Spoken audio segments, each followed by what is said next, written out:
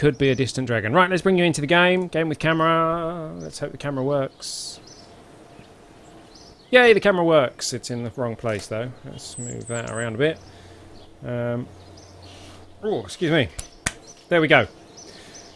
Hello, everybody. I'm El Bristow. This is Ellitopia Gaming. Welcome back to KSP Live. We have had kind of a couple of weeks off with the live stream. I've had a lot of things going on. Last week I cancelled it because I had some things going on. Yesterday I threw a barbecue for some friends of ours. There was about 20 of us. It's a little bit awkward when you invite people around to your house to then go and spend 3 hours live streaming on the internet. So I couldn't stream last night. However, this does mean that we have lots of leftover beers.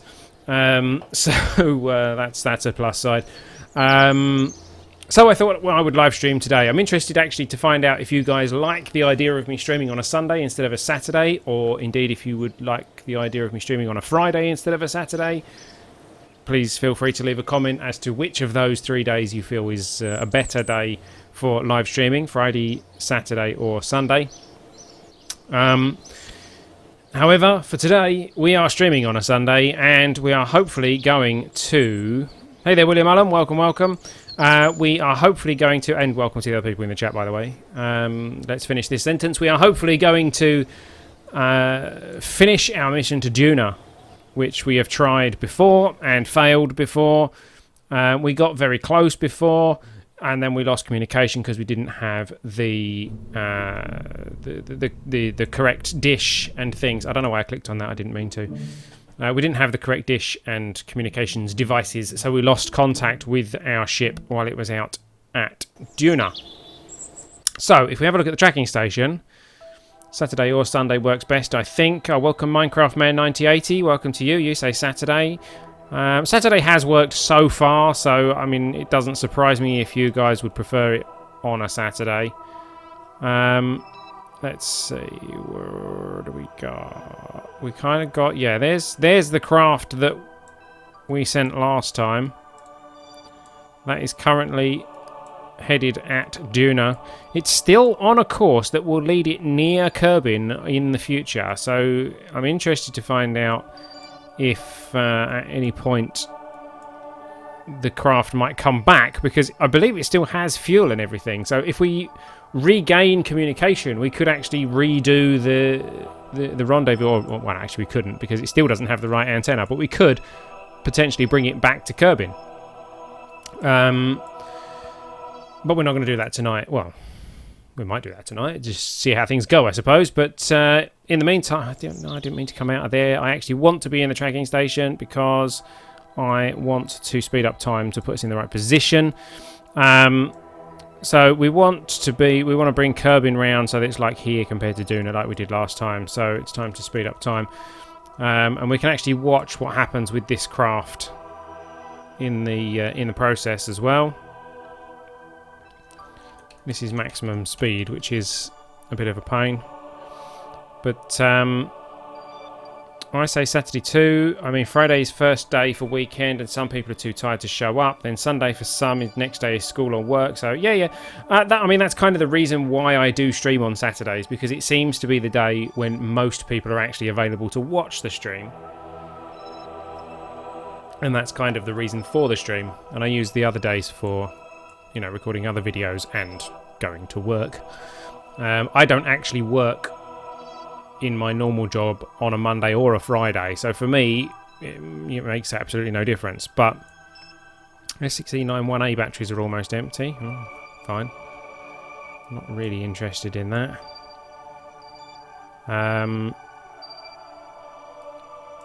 So yeah, it doesn't really make a lot of difference to me, but if more people are going to be watching it on a Saturday, I'd much rather do it on a Saturday. My table's making a banging noise. Let's just rearrange that.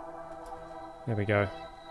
So it makes less of a banging noise. What's this? Our observatories report a coronal mass ejection headed at Kerbin. Well, fair enough. Yeah, coronal mass ejection. Fantastic. There's nothing worse than a mass ejection, eh?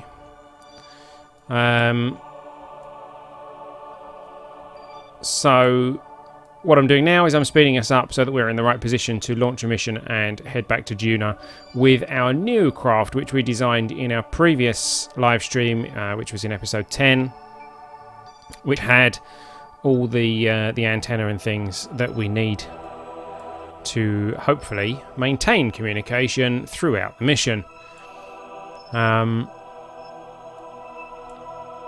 We shall see if that actually works or not. Oh, another coronal mass ejection. Yeah, come on. Let's push past it. We have nothing in orbit that's going to be affected by that. Nightbot's having a field day, posting messages in the chat today. Yeah, okay. Solar panel malfunctioned. Okay, on S06E11A. Right, I think about here is our launch window for Duna. So there we go. Speed down to 1 times. Leave this facility and we'll head back to the VAB. And we shall take a look at the craft that we designed.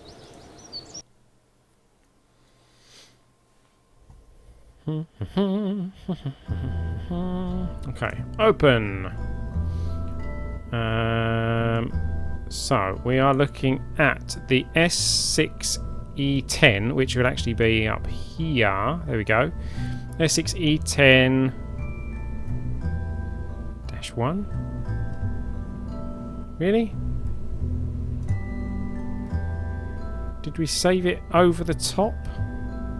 Maybe we did. Didn't mean to. S06E10. Yeah, because it's got this communicator thingy on it, which has got the 46.2 gigameter communications array. This one can go to 12.4 gigameters. And the idea is that this will serve as a relay, and then these guys will be able to communicate through this to back to Kerbal. Welcome to John Carp 12 on Twitch. Welcome, welcome. So that's the plan. The mission is the same as the last time we went to Duna. Get to Duna. Land on Duna. Send science back from Duna. We might be getting a tropical storm Wednesday here in Florida. Really? It is August. You know, they are quite common in Florida at this time of year. I hope that isn't too damaging for you. So this is actually going to be S06E10. In fact, it's not, because it's going to be S06E11-1, because this is episode 11 now. So we've got solar panels, we've got the Communitron HG55,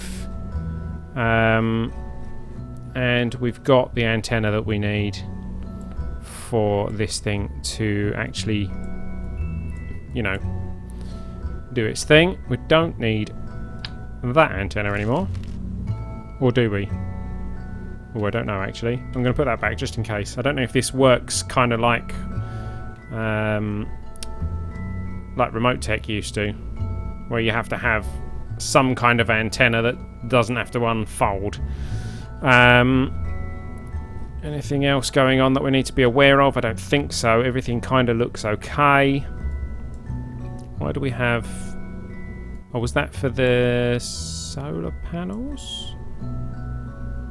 No, I think maybe we don't need that. Let's reroute this to here.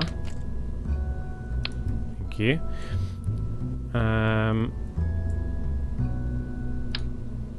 I believe I can just take that off because I don't actually need that. What was I going to use? I think I know what I was going to use that for. I think I was going to put a parachute on it.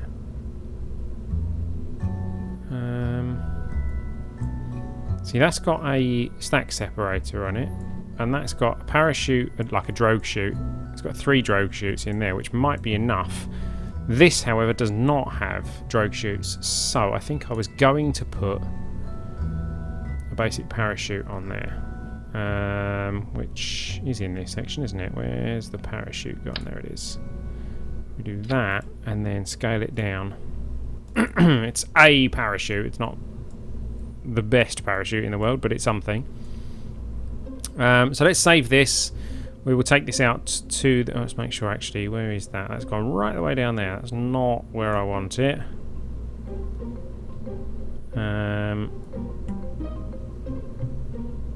So this one will go first, and then this one will go after. Yeah, I've got all that sorted. Good. Okay. So let's take this out to the launch pad and see what we do. See what we get.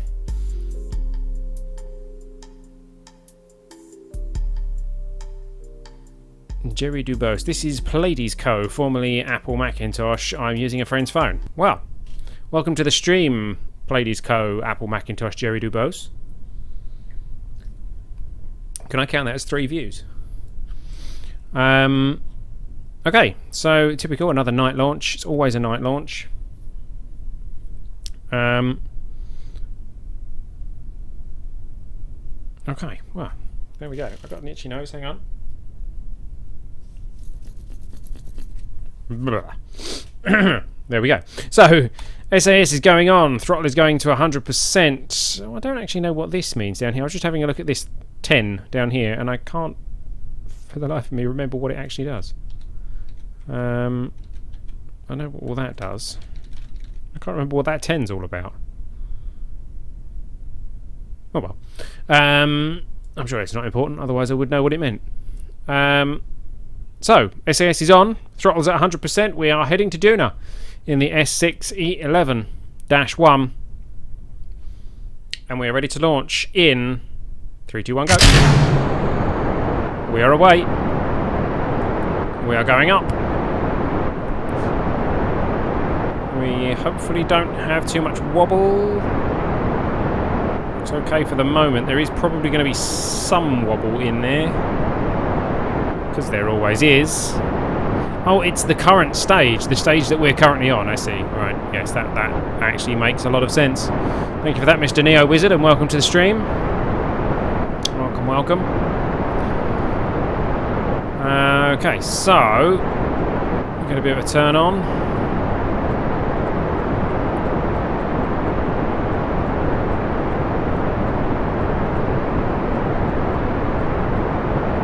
Turning slowly.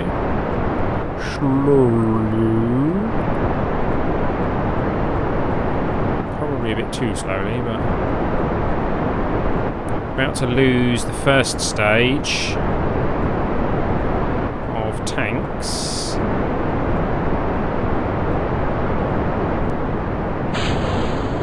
There they go. Thrust is questionable. Yep, thrust is questionable. But in thrust we trust. We have thrust. We are thrusting upwards, which is a good thing.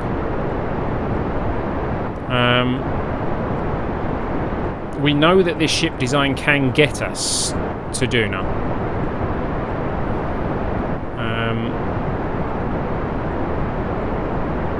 Because it did already. We just lost communication with it on the way. I didn't actually look at where the other craft ended up. I should have looked at that.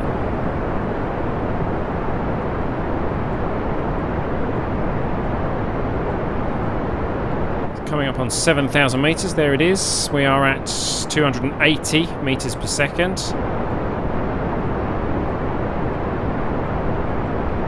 .300 metres per second. Coming up on 9,000 metres, coming up to 10,000 metres. We kind of need to be turning a bit more by now.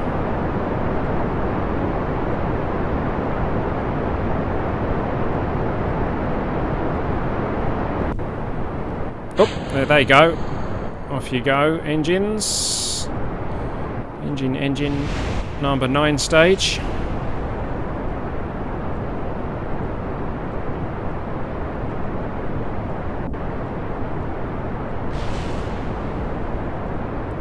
Okay, thrust is still looking okay. We're still accelerating. This is a good thing. We are coming at 500 meters a second. There we go. And increasing in speed quickly. 18 kilometers from sea level.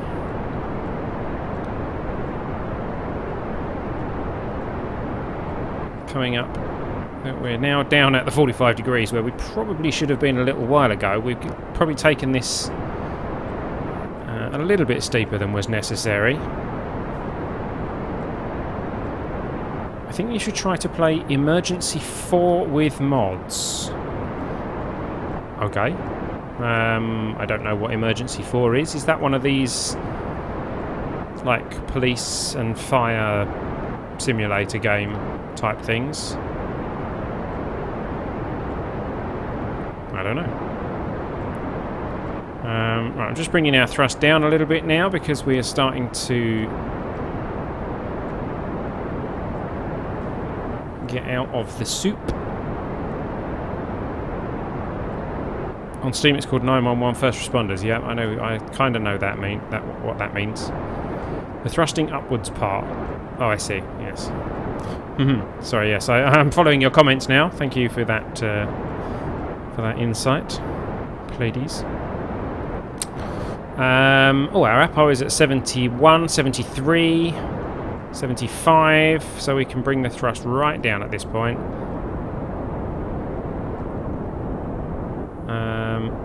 Thrust is at 80. We'll cut our engines once. Thrust is at 80. APO's at 84, 85. There we go. So let's cut the engines there. Krankenhaus. That's a hospital, isn't it?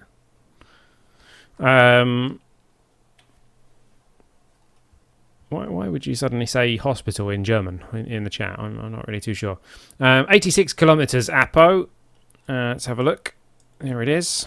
So we'll drift up to that and then we'll circularize our orbit out. Speed up time a little bit to get us up there.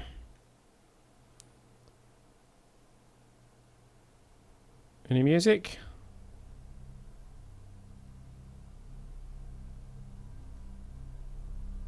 There is some music.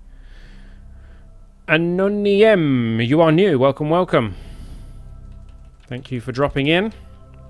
Okay, so let's get out of map view. We're coming up on the APO. I've probably actually cut this a bit fine. Yes, I have. So let's start thrusting. Whoop. Let's bring our periapsis up now.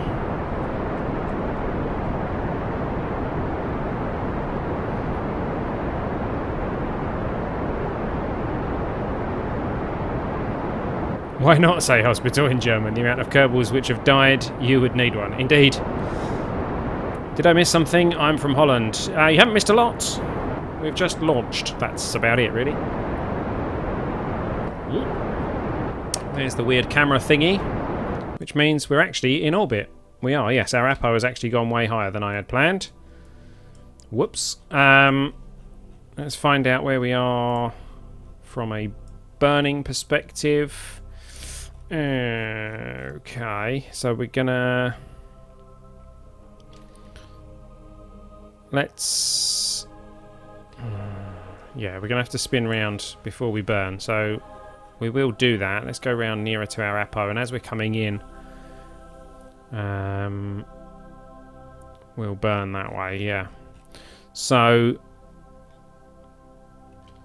let's speed up time. Bring ourselves around. Let's bring up our resources. There we go. Liquid fuel and oxidizer. Plenty of electric charge. Let's jump in here and have a look at what's going on while we've got a bit of spare time. Let's get our solar panels out. Not that we actually need them at this stage, but we'll get them out anyway because reasons. Okay, so we'll speed up and come around to the other side. We're going to burn... Is it possible to make a rover in unmodded KSP? Yeah, it's definitely possible to make a rover in unmodded KSP. Oh, there was a... Look at that, there's an eclipse. No, there's not. That's just the sun. Yeah, there's almost an eclipse. There's kind of an eclipse. Yeah, I think we just flew past an eclipse. It's there, kind of. We just missed it. You can see it by the big shadow on the planet. There's an eclipse there. I'm eating cookies. How nice for you. I've been eating cakes and things today. Leftovers from yesterday's barbecue. However, we are kind of ready to... we're kind of ready to burn. Am I going the right way? Yep, I am going the right way. Yeah, see, there's kind of an eclipse going on here. No, I was going the wrong way. Okay, well, let's carry on going and hopefully we will go to the right way.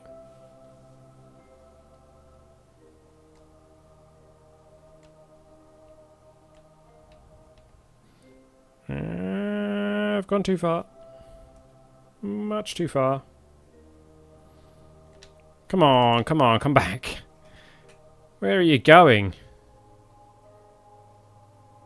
Did I put RCS thrusters on this at all? No, I didn't. Fantastic, okay.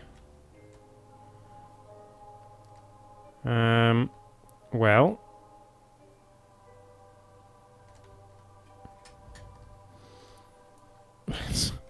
Let's just let it spin round a bit more and we'll use the engines to stop us from spinning.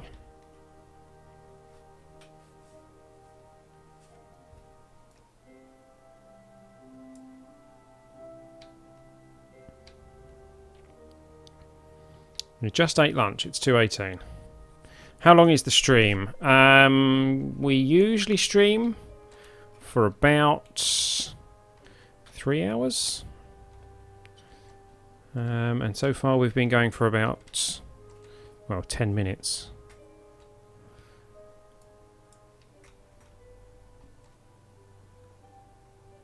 It's like a feature-length movie. Indeed it is.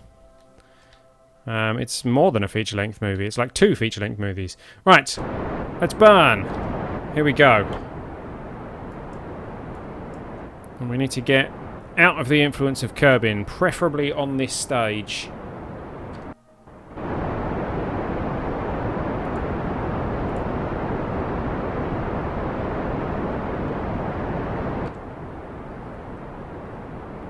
There we go. We are leaving the influence of Kerbin there.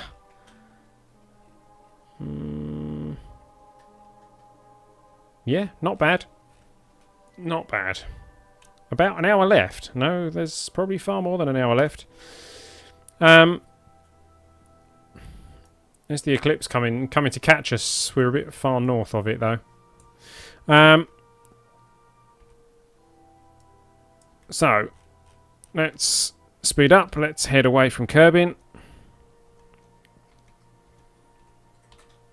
There we go. As we are heading away, let's have a look at what's going on here. Fuel-wise, we've got a little bit of fuel left, so we're going to leave that engine as debris floating around somewhere, which I'm sure we probably did last time as well.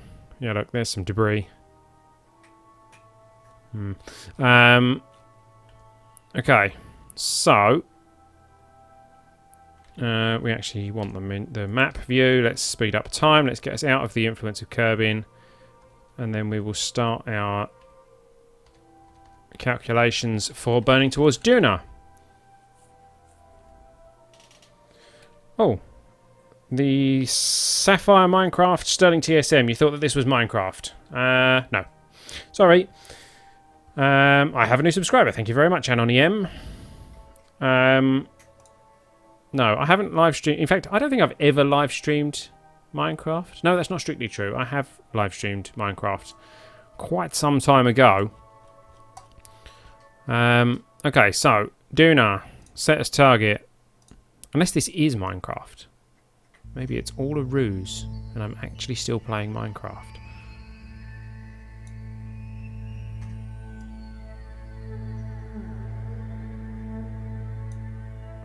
That was pretty close. Let's do this.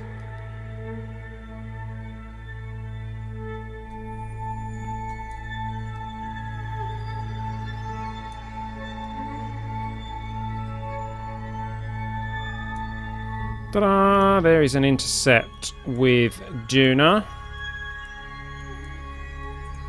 Probably not a very good one. 37 million meters away, but we can correct that on the way there.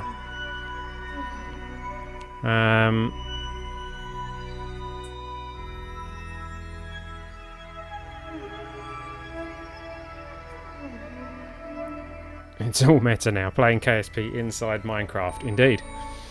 So, there we go. So we've set our target, Minecraft Space Program, yeah. It's like playing with the Galacticraft mod.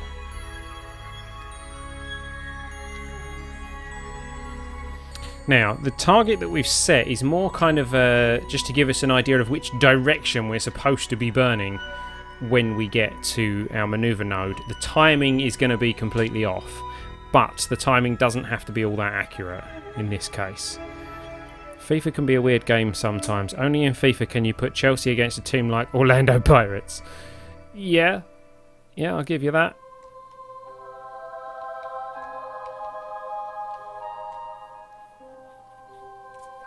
Why would you want to put anyone against the Orlando Pirates?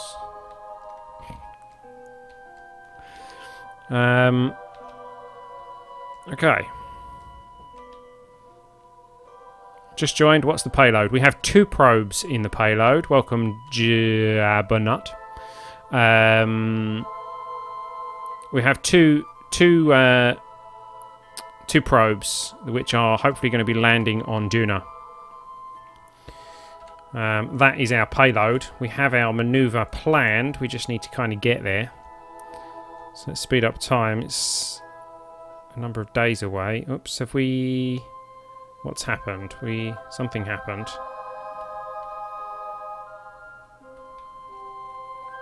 No, nothing happened. Yes, something happened because our trajectory changed slightly. Our maneuver has changed slightly. There we go. Fortunately, it was just a matter of power. It's actually left us closer. That's not the end of the world. So, let's bring ourselves up closer to our burn point. This says 23 seconds. We might actually have enough fuel in the existing stage to do... Whoops, I've gone past it. Never mind. Ignore me. Right, let's burn and let's just see where we get to.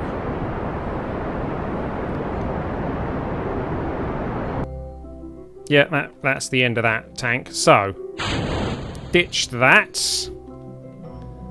And we're on to our nuclear engine. So let's get our radiators out, just in case we need them. And, oh, there we go. We get burning with that. Whoa, why are we going off to one side? That's not good. Can you come back, please? Wow, we have like... Oops, that was not correct.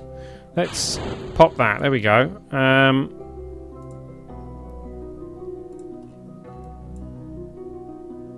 Where's our... come on. You.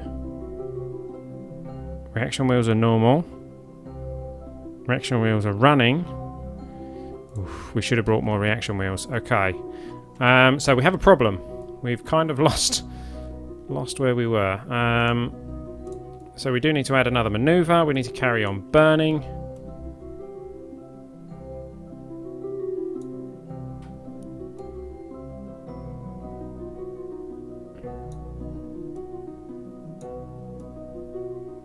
Let's re-get our intercept.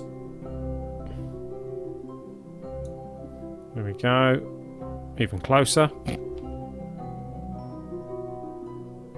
Do we have any control? Wow, the reaction wheels in this are so weak. I kind of want to pop this one.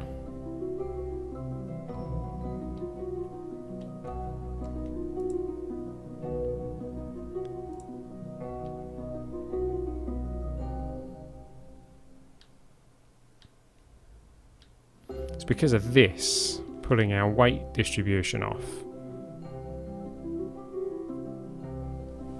Only in KSP can you make rockets go boom. Indeed.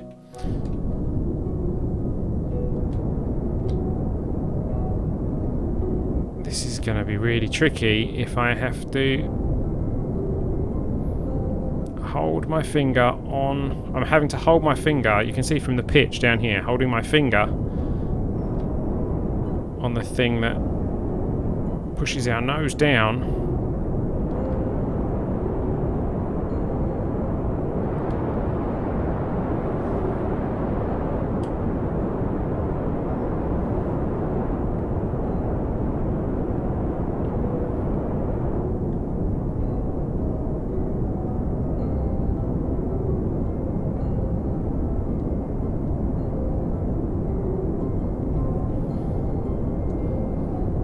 This is going to possibly take a painfully long time.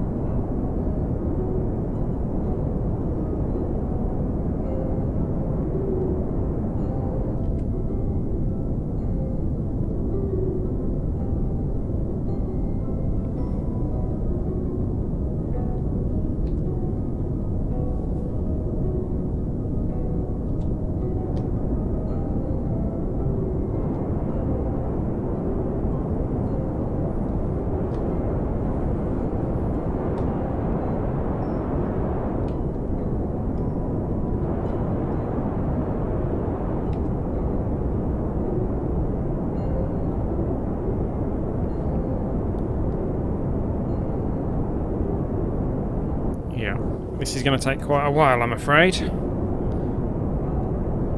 because the weight distribution on this is forcing us into a spin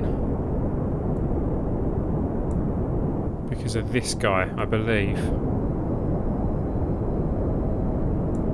And the reaction wheels on these are not strong enough to stop it, so we should have brought some extra reaction wheels here.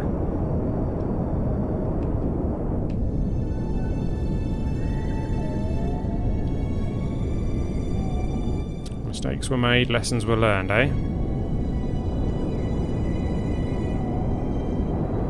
Oh, I'm sure Duna will do what it can to mess up our mission.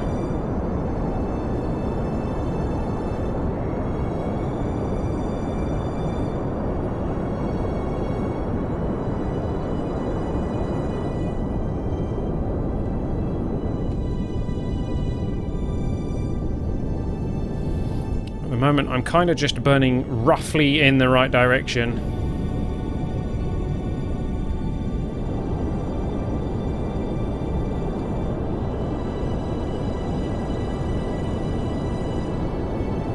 While I try and control the nose.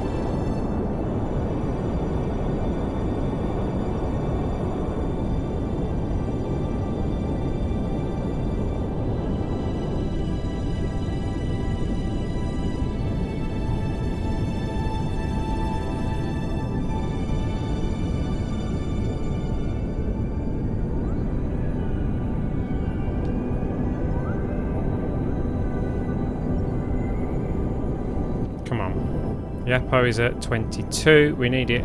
Sorry, the Apo. We need the Apo at 22. It's at 19 at the moment.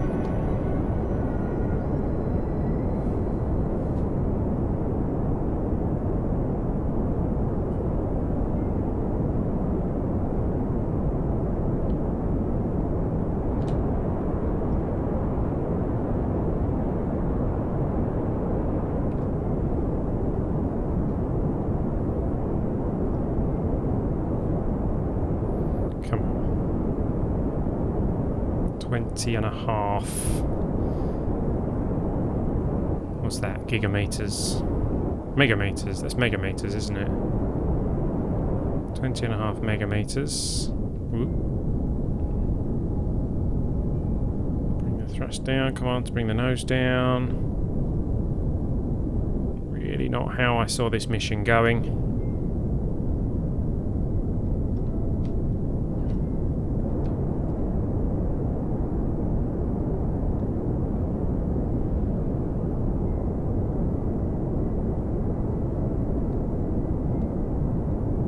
I am going to make a relay satellite around Duna to minimise signal loss. The actual shaft of this rocket is going to be our relay.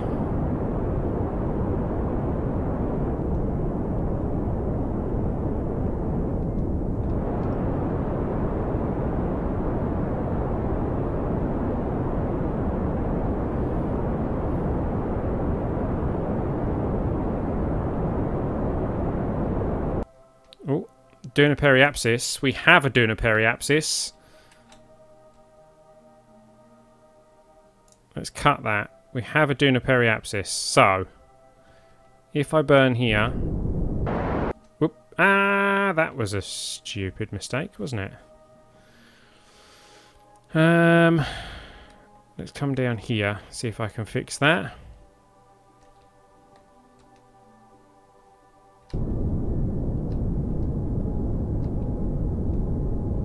No, it's getting worse. Okay, so we need to go up the other way. Mega motters? What's a mega motter?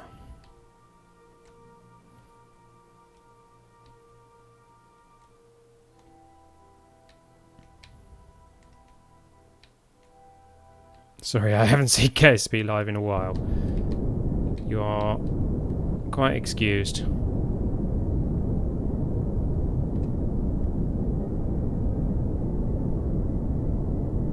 And... hey, that's worked out quite well. There we go. 8 million meters. 8 million meters, that's 8 megameters. So they were gigameters. That's 21 gigameters, yeah. Okay, so we have our Duna approach planned within 8 megameters. That's not bad.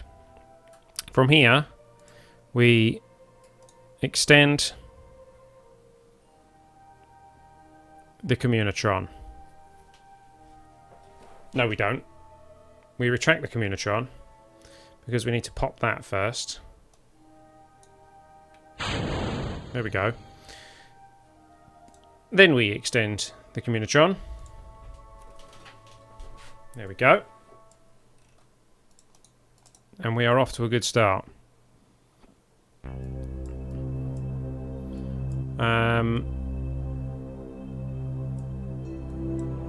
Didn't really need these. They are doing a good job of cooling.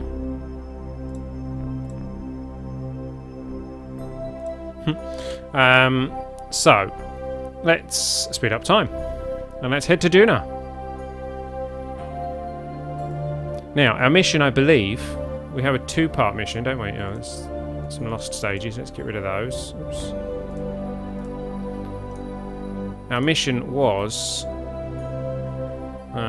this one, explore Duna and explore Ike. So that's why we've brought 2 probes. We're going to land on Ike and Duna, hopefully. Hopefully. Mass ejection towards Kerbin. Hopefully that won't affect this craft. The relay sat was a suggestion. I didn't know you were actually doing that because I haven't watched KSP live. I understand. I understand.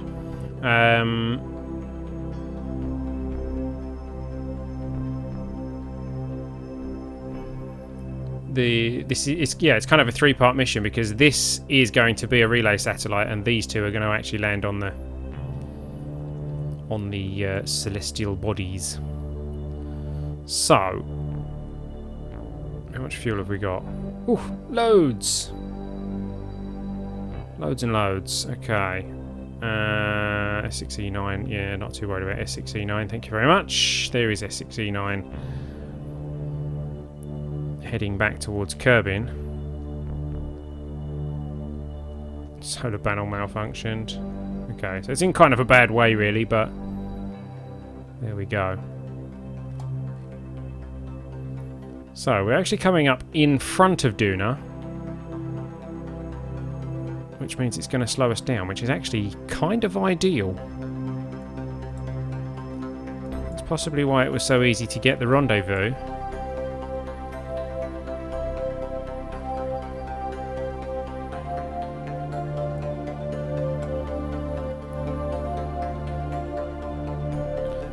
Okay, so we are approaching Duna. There it is, over there. Now we have a very strange orbit around Duna. I didn't think of that. I should have corrected that earlier. What we kind of need to do is let's have a look, see what we can do here. Can we Do that. And that. Do we need to do both of those, actually? Cancel that. If I just do that... No, that puts us miles away. So, yeah, we do kind of need to do something like that, which will get us much closer. And...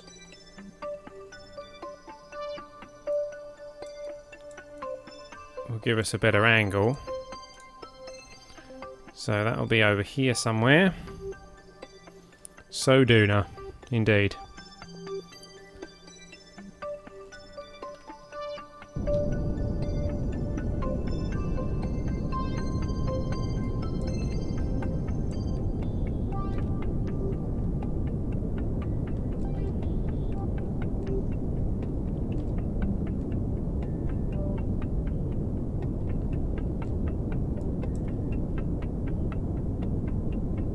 Ike is at 2.9. I'm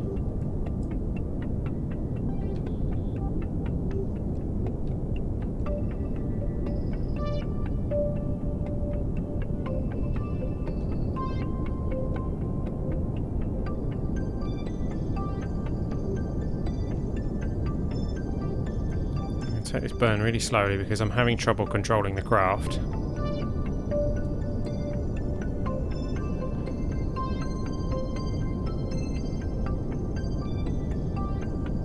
Like the periapsis to be in kind of in the right place, obviously.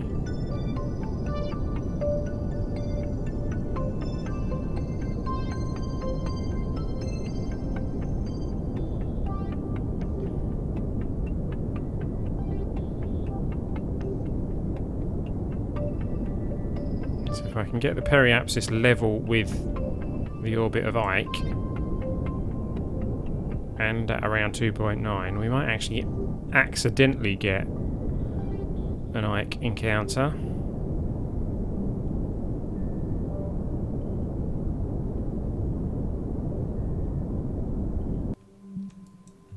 Or not, but there you go. So, we are meeting roughly where Ike is going to be.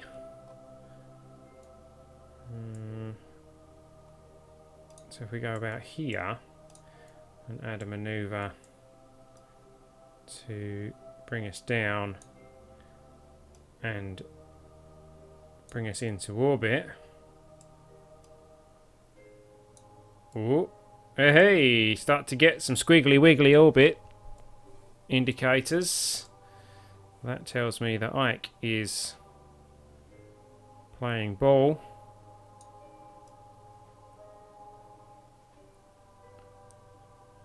Squiggly wiggly.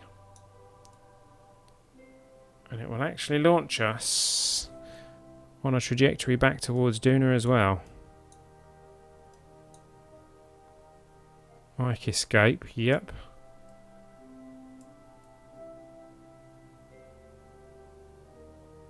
It's a little bit of a weird looking one.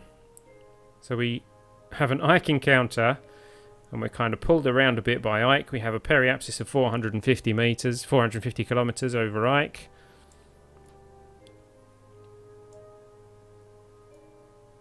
I can live with that.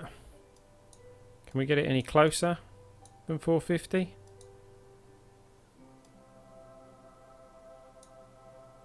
$557, no. 466. 471. 288. Okay. So yeah, so we've got, you know, a kind of burn that we can be doing.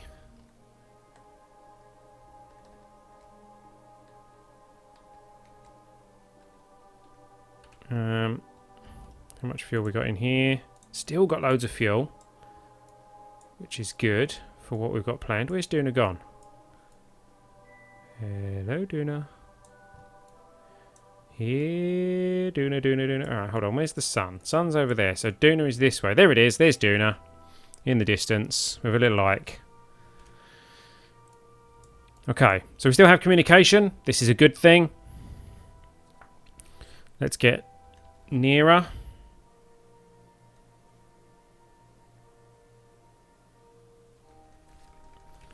And let's get ourselves pointing on target for our burn.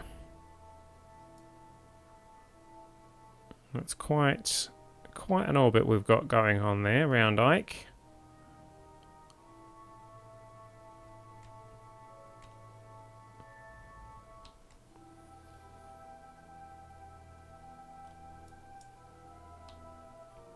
Okay. Auto saving, thank you very much. Not that that's any use because I don't allow quick loads in my live streams. There we go. So, oh no, hold on. That's the wrong place to burn. We need to speed up time. We need to get to our actual maneuver point first. It says an estimated burn of 25 seconds. We can't We can't born at all. We can't burn at full power because it will send us into a spin. So we're going to have to burn a lot earlier. I would say probably around here.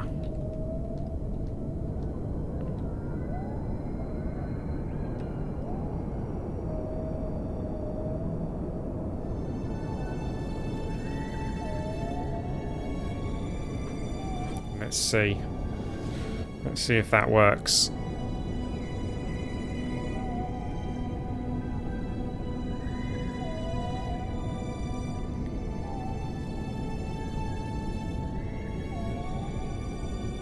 Come on, bring the nose back to where it's supposed to be.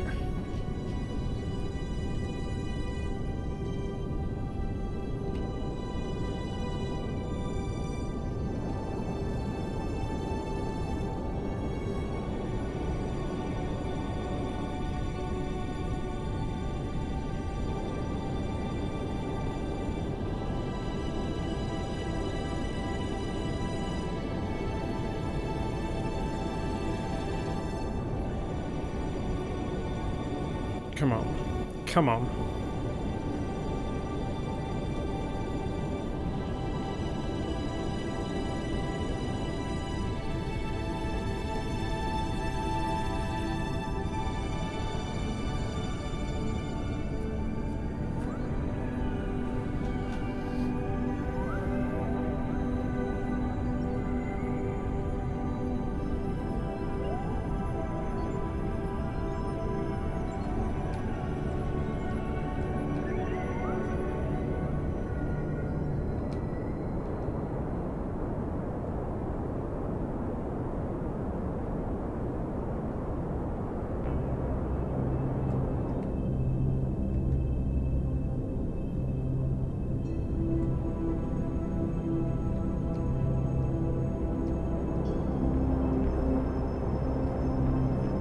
Hey there, Ian McLeod. Welcome, welcome. Haven't seen you in the stream for a while, I don't believe. So welcome to you. We are just struggling with a very badly weight-balanced craft to try and get ourselves into a Duna orbit that leaves us with an Ike intercept.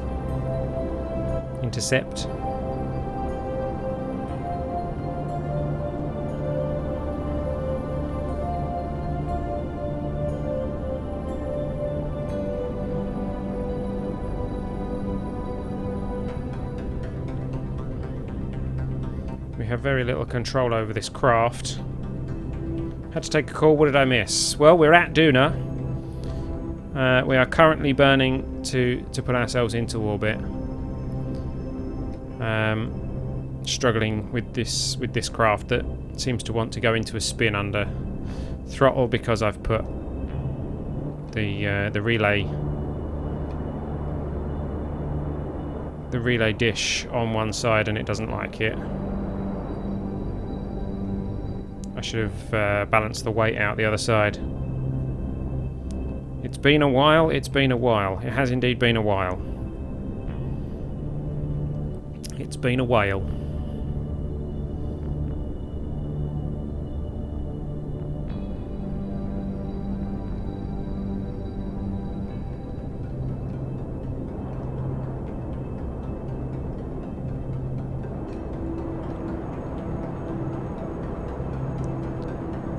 there. Oh, so we are in an orbit now.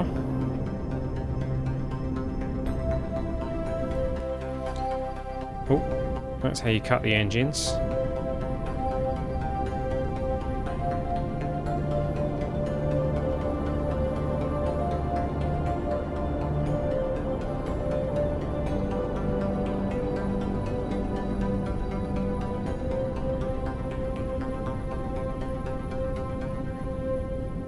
Been 9 months, a while for me. Really?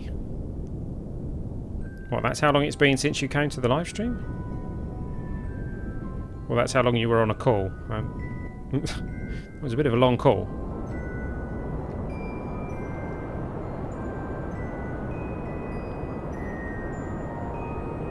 What have we got? What have we got? Is it going to work?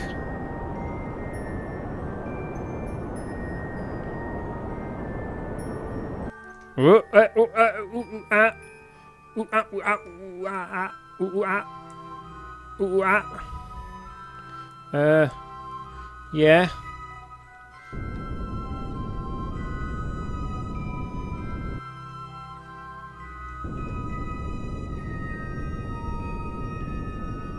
Doesn't really seem too sure what's happening at this point.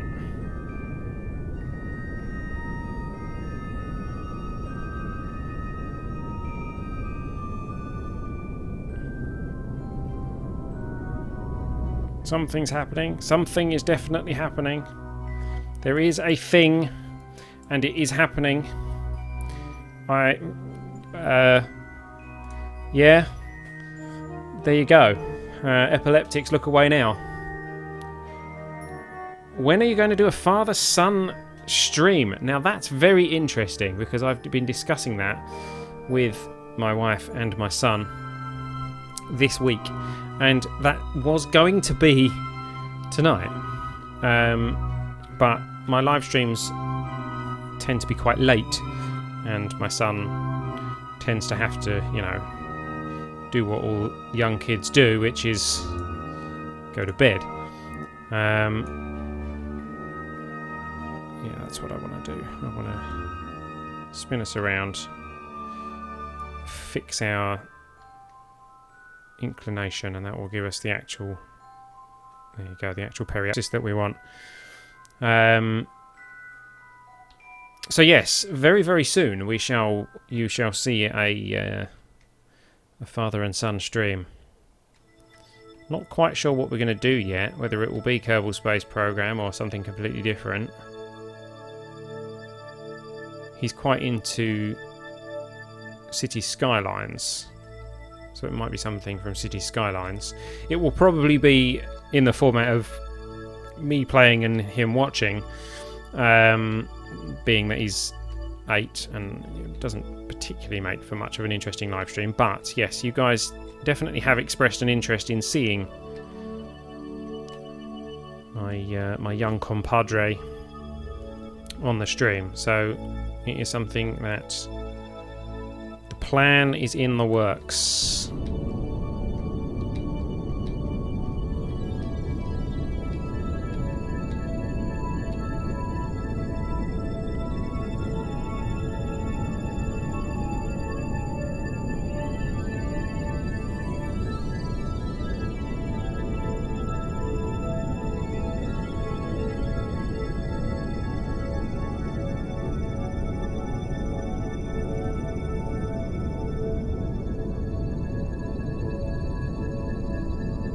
You are epileptic, are you? Well, I did say epileptics look away now, so if the flashing has affected you, I cannot be held responsible. Okay, so it's still doing a little bit of can't make up its mind, but we have a Ike periapsis of 16 kilometers. From there, we are going to set up one of the probes, and then hopefully return this thing back to a stable orbit around Duna. So let's take ourselves... Whoa! Let's not do it that fast. Signal lost? Why? Why is signal lost?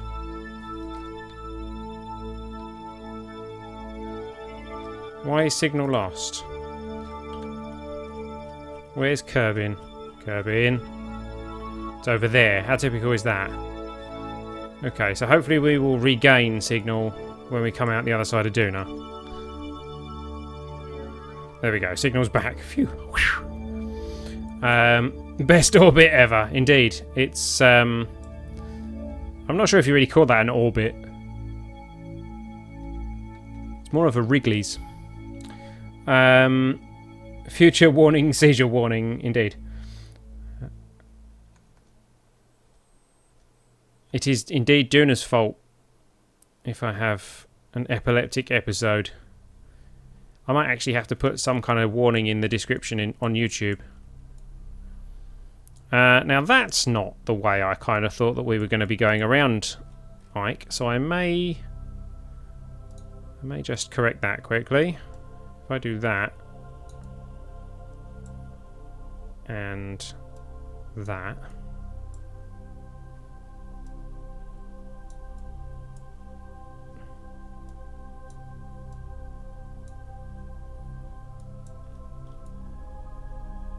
That'll do. That's another 15-second burn. Get ourselves lined up for that. Have we still got loads and loads of fuel? Yep. Good job, really, because we're having to do a lot of manoeuvring.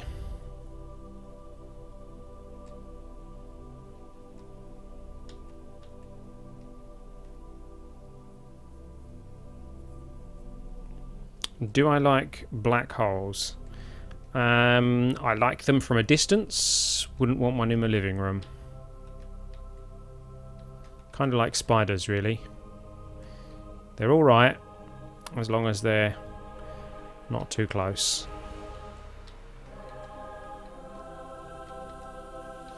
Okay, so we're kind of lined up. Let's just zip forward a little bit. There we go, okay. Let's gently correct this.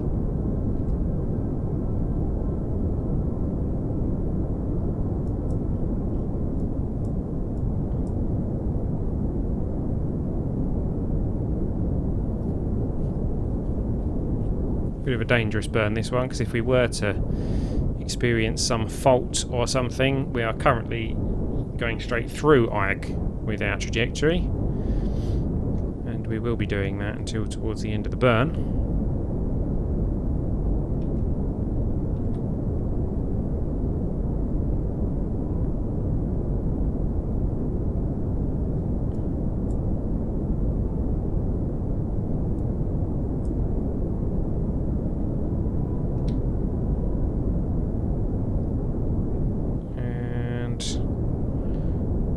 That ought to do it. So we have a peri of 50 on a nice, you know, almost correct. Let's just do it a little bit more. Almost correct inclination. If you're epileptic and I'm autistic, so that means some of us have not been to a nightclub. Okay, fair enough. I shall let you discuss that one amongst yourselves. So, there is Duna, there is Ike. So I reckon it's about time we pop this guy off. Shall we actually get into an orbit around Ike with the relay craft? Maybe. If I put this on relay mode, if it will let me actually click it so that I can put it on relay mode. There we go. If I put that on enable relay, not using up the electric charge, that's good. Oh, achieve an orbit around Duna. We got some money for that. And get out of the way. Entered an orbit of Duna for world's first milestones. We've initiated a flyby of Ike. Fantastic. Do I have any siblings? I do. I have two sisters. One older, one younger.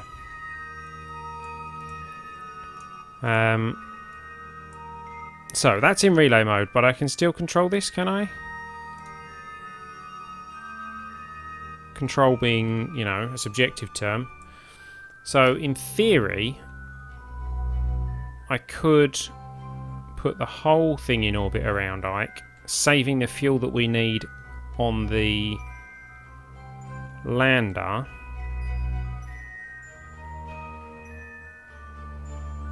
And then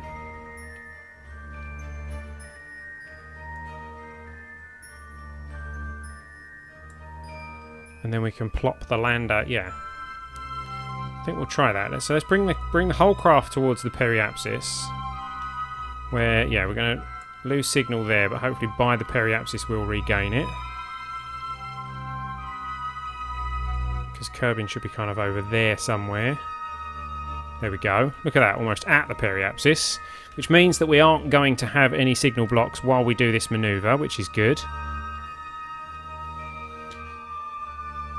We'll try and get the relay in a polar orbit, but that's going to take a lot of fuel. We'll have to see how much fuel's left. In fact, I haven't left a probe. There's no probe on this, so once this one's gone to Duna, then we're stuck. But we'll have to think about that in a moment. Let's get Ike sorted first. Let's get into an orbit around Ike, and then we can sort out how we're going to get to Duna, or what we're going to do about Duna. What do we do about Duna? Okay, so well, let's burn, shall we? Get ourselves into an orbit around Ike.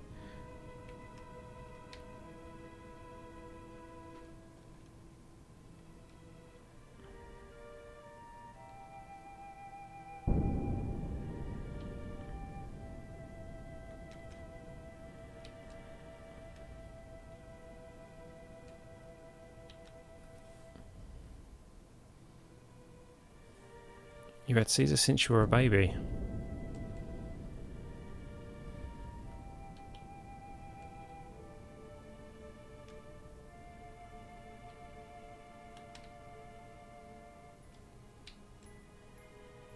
What Duna we Duna with Duna, indeed. What Duna we do about it.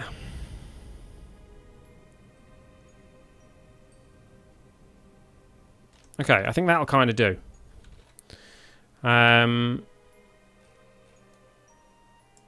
So, this is where it gets dodgy.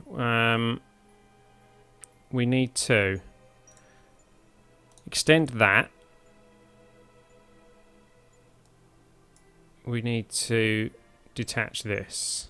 This has solar panels on it, but at the moment, do we even have any sun? We don't, because we're behind Ike. So let's do this where we have some sun. Like so. So we're not at Perry, which is a bit of a shame. But, oh look, we've got more things. We've achieved an orbit around Ike. That's given us some money.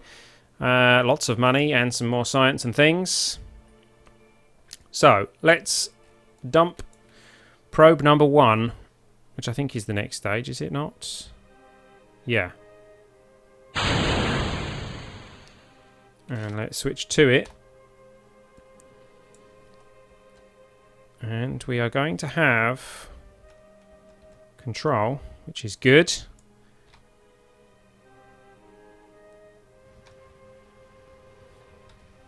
We have engines.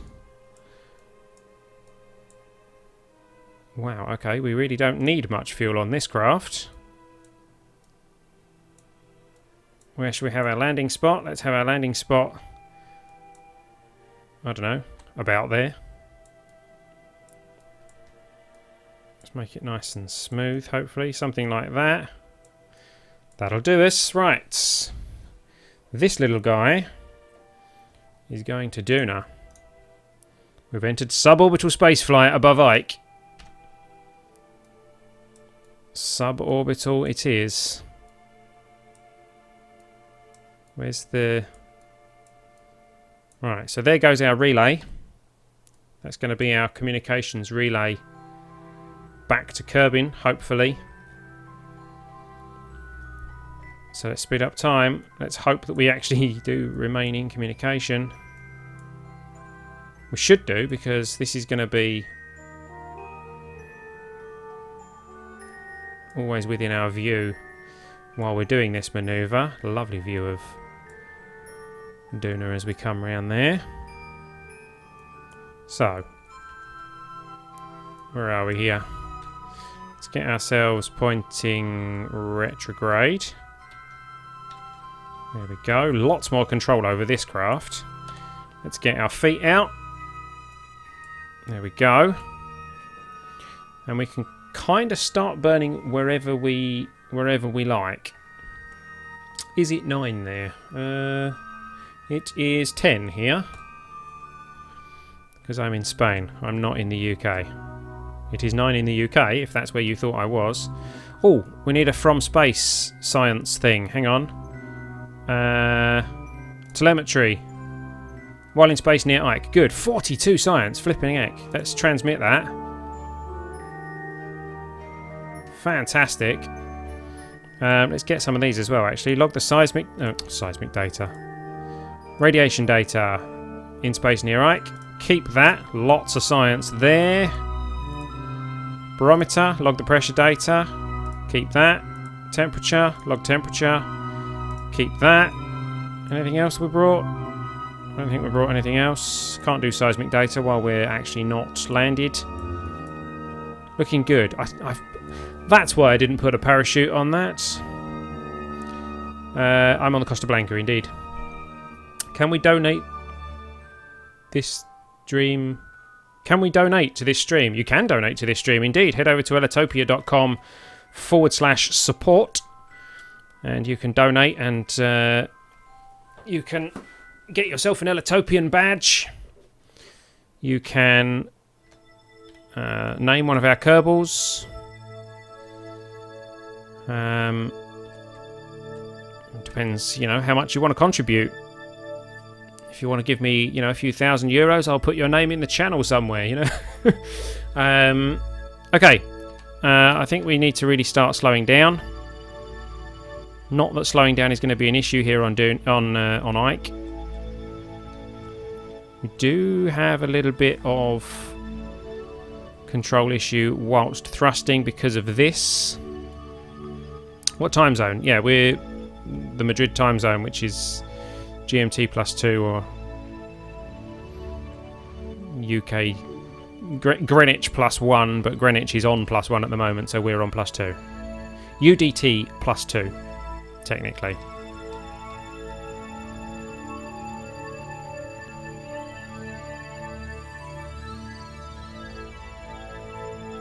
Okay, so I'm going to land like down here somewhere.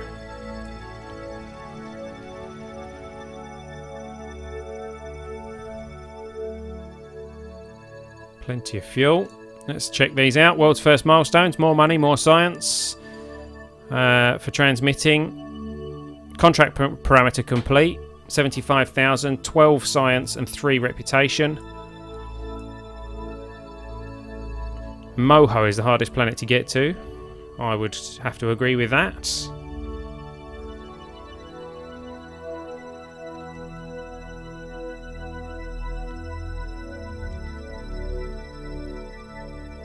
Speeding up quite fast, actually, so let's slow that down. Kind of want to be going directly downwards. I also don't want to land on the antenna, because that would be kind of awkward.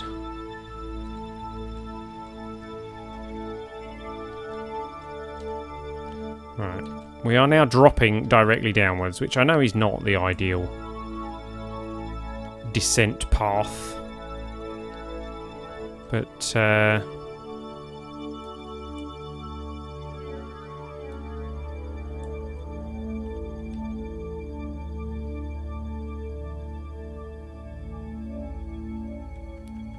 that my shadow directly below me?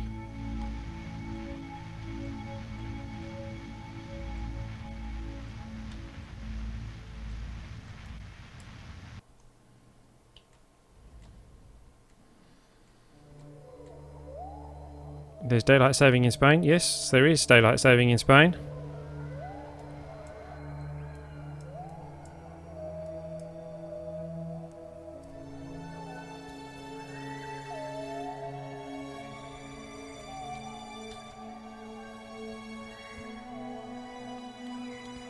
Yes, you can indeed donate to this stream.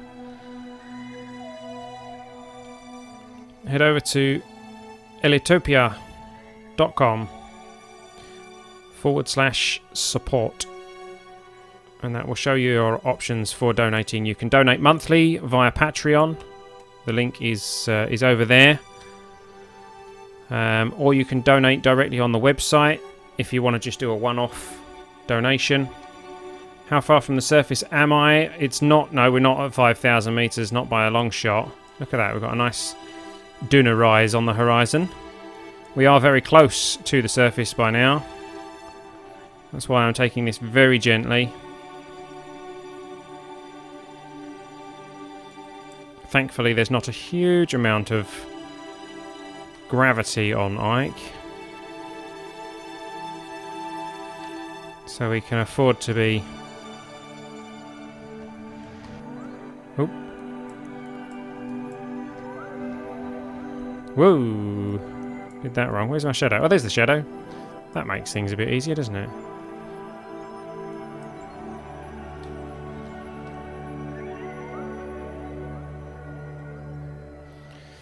And we are down. We've landed on a slope. I thought it was flatter than that, but there we go. We are down. We have landed. We have communication. We have completed part of our contract. 150,000 funds for landing on Ike there, and world's first, another 105, plus 5 science, plus 10 reputation. Fantastic. Let's get some of this stuff transmitted. That was this is the stuff we took in orbit, so we aren't going to complete the contract with these. The Bistro has landed. Okay. How much power do we have? Oh, that didn't do too bad. Seismic we'll do in a moment. Let's get all this transmitted. Review, transmit. 112 science. Flippin' heck. Doesn't Eve have a moon? No, Eve doesn't have a moon, I don't believe. This one, review data, transmit. 313 Kelvin here, apparently. Thank you, nice touchdown. Thank you very much. 112 science added. Where's our relay? Our relay's over there. Got plenty of time to communicate with the relay. We've got lots of sun. We're pointing directly at the sun. So these solar panels on the top here were exactly where we needed them because the sun is directly above us. They don't have full exposure, but we have 3 of them, so that is sufficient for us to actually... Oh, our electric charge is actually going down. That's not such a good thing. That means those solar panels are insufficient. Interesting. So let's quickly, in that case, get some telemetry data. 48 science, keep that. Get some seismic data. Not much going on here. Okay, 192, keep that. Geiger counter. Wow, these results are amazing. Keep that experiment. Pressure data. The gauge reads nothing, even on the surface. Indeed, because there is no atmosphere on Ike. Temperature. Collected the recorded temperature data from the environment. 128 science for that. Keep that. That is everything. So then we click this and we say, please, please let us transmit everything without running out of power.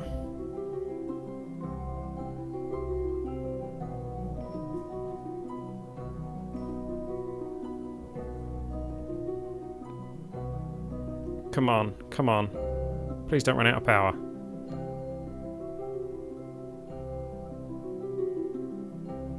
Is that everything? Not quite. Not quite. We're going to run out of power. We're running out of power. Beg your pardon? What are you doing? What are you doing? That's apparently what a craft does when it runs out of power. That's, something.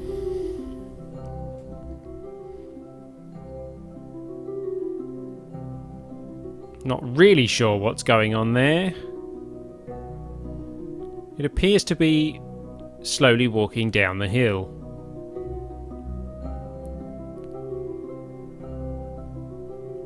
So, what actually was the problem is that the SAS was... Whoa! The SAS was using up power. I've just changed the camera angle. That wasn't correct.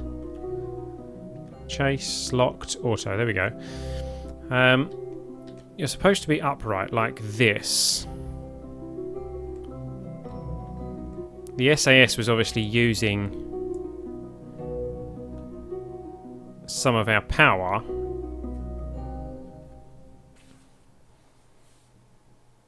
Here in Music City, spacecraft don't dance.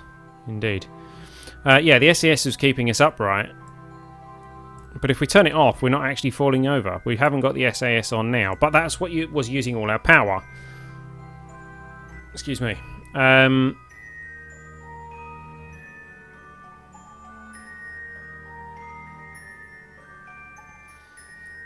So,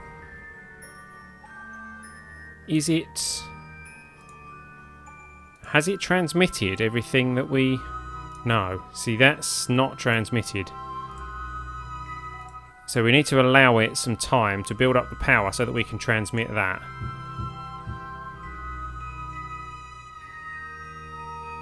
I think someone's letting off fireworks.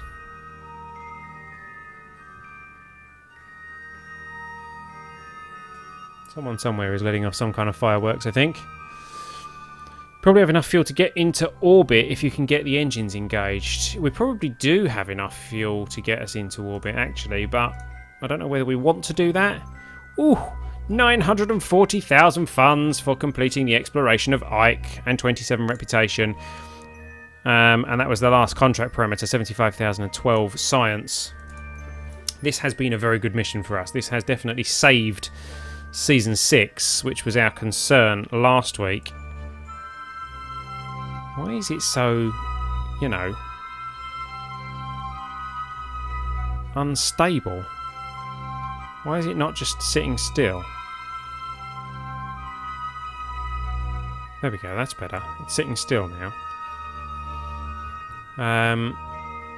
So it's going to take a while for the power to build up. So let's keep that experiment. Let's leave it there for now. Because we actually need to get this one back into orbit around Duna so that we can do the same thing on Duna. There's no major holy days in August. No, indeed.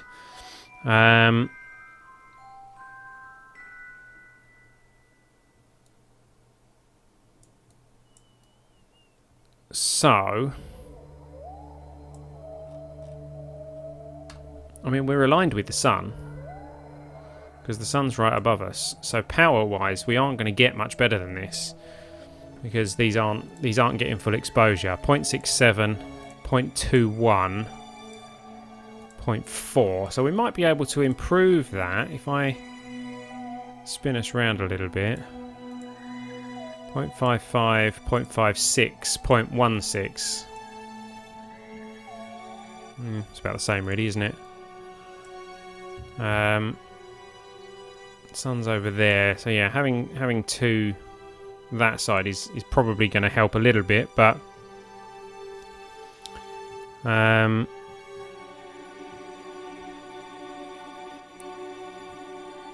today is Race Your Mouse Day. Really?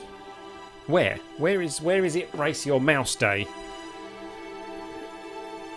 How am I doing today? I'm doing okay, thank you very much. I am doing a live stream. Okay, so I think we're going to need a lot more electric charge than that to actually transmit that. So I'm going to leave that on Ike for a while we do the rest of this mission. So switch to not the debris. I don't want to switch to the debris. Why would I want to do that? Yeah, let's control the ejector ring thing. There we go, that's more like it. So, we can detach that section because we aren't really going to need that, I don't think. And now we need to try and get ourselves back in orbit around Duna. So, if I were to burn here, add a maneuver. and do that, yeah, we end up in quite a close... Oh, look at that. If I do that, that's even better. 91-kilometre orbit. What's the atmosphere height on Duna, actually? I don't know. Oh dear. How high is the atmosphere on Duna? I think it's like 50, isn't it? So 91 should be okay.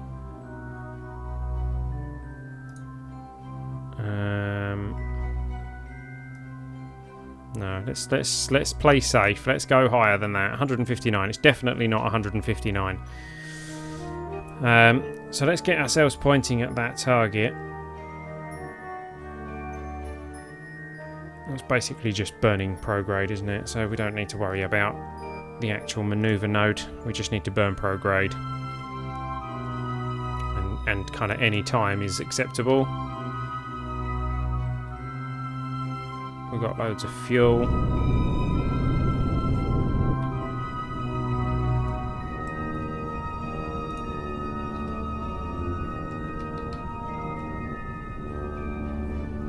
Bye, ring. Yes, indeed. I don't like leaving debris, but sometimes it is just unavoidable.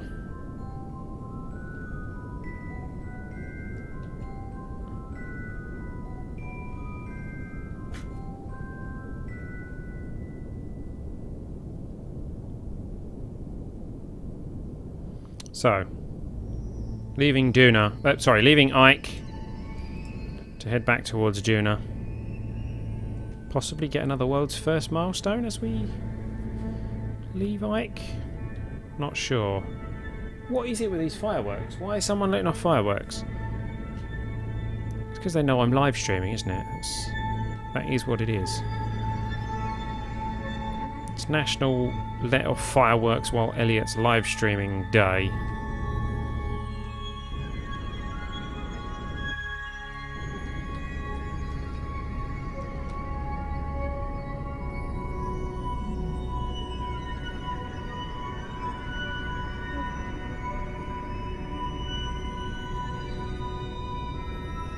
Hi, Ian McLeod.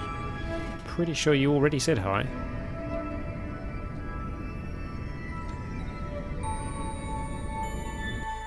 Oh, what do we got? 310. It'll do. It'll do. I don't think it's a Spanish holiday. No, it's not a Spanish holiday. I can almost guarantee it. Probe batteries recharged. Systems are back online. Good.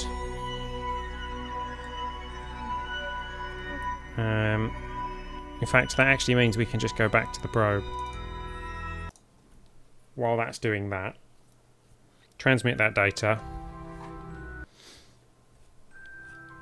Could be British. No, I'm pretty sure there's no British holiday at this time of year either. It's the temperature, isn't it, that we need to transmit? 44. Transmit. Come on. There we go. Good, good. And then it's charging back up. Okay, so that's all the science got from that particular biome on Ike. We have something on Ike for transmitting data at a later date, which is fantastic. We can now switch back to our actual craft. And we can continue our journey back to Duna. Speed up time.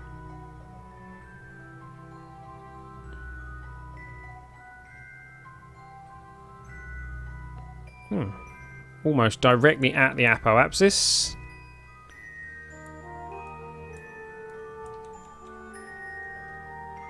Let's take ourselves around. Signal lost with S06E11-1. Remote control disabled. Yeah, because it's the other side. Okay, fair enough. We can fix that another time.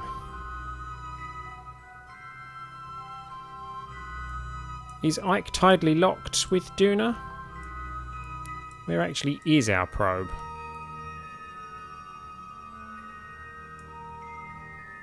I don't think it's tidally locked. Oh, I don't know. It might be. Okay, so we're going to come to here. Signal lost with S06E11 again. Okay. How much fuel? Still plenty of fuel. Another world's first milestone. Yeah, that's it. 6,000, 6 science and 3 reputation for escaping Ike's influence. Come on. Get us back. Pointless retrograde. Have we lost communication? I think we've lost power, haven't we?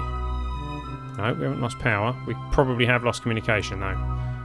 Oh yeah, that's what that was, wasn't it? So let's come past here so that there we go. We've got signal back. Now we can actually control the craft. We can burn to bring us in closer to Duna so that the probe doesn't have to do as much work.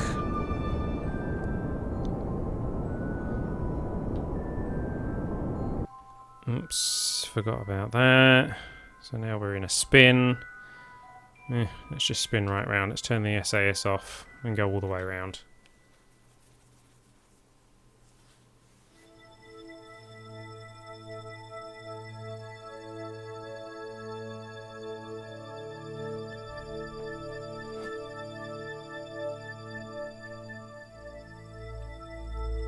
And then we'll turn the SAS on about here.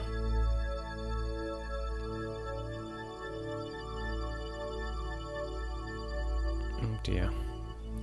The level of control in this craft is quite atrocious. Come on, stop. Creeping up on 1,000 subs, indeed. We've still got to come up with what we're going to do to celebrate 1,000 subs, because that's quite a milestone in YouTube terms. I'm thinking of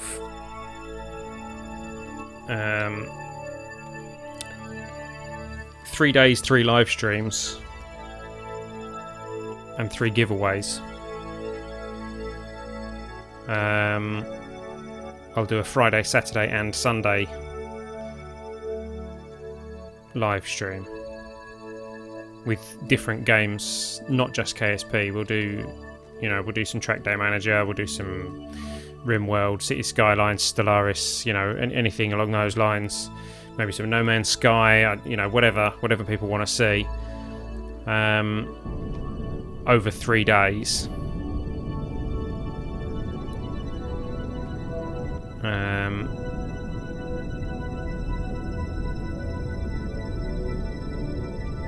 And yeah, we'll have some giveaways for each live stream. Hurricane is now the first major hurricane of the Atlantic hurricane season. Category 3. Interesting. Oh, my phone's going berserk. Hello, phone. Oh. Skype messages, all sorts. Not Skype messages. WhatsApp messages.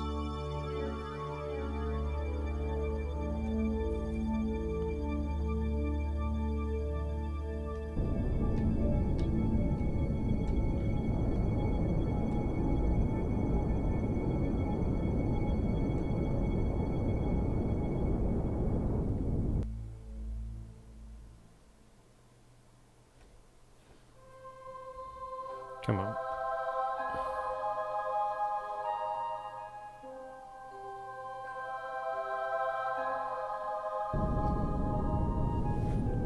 Someone's sending me photos of the barbecue from last night.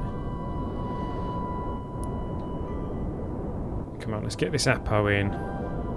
Preferably without the Perry getting too close in on the planet. Oh, the control on this craft, it's atrocious. It's really, really bad. How about you steal your neighbour's fireworks and shoot them off? Yeah, that's a possibility. See how they like it.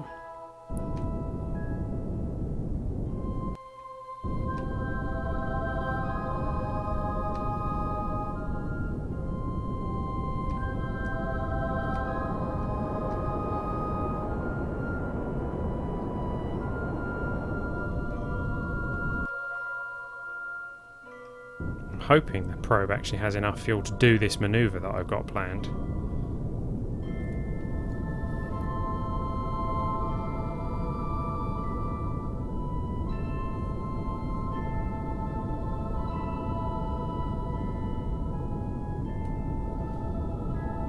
Can anyone remember what the atmosphere height is on Duna? Because I really can't remember.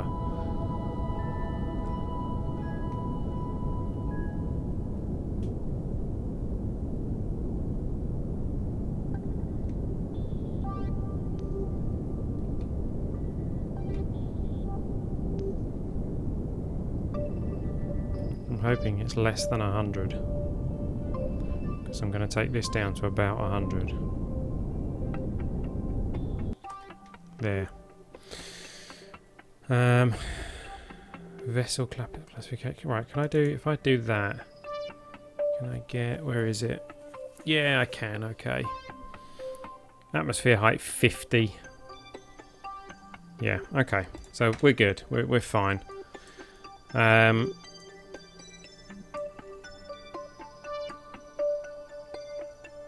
all we need to do is get the probe into the atmosphere, and then the atmosphere will kind of do the rest by itself. So if I can just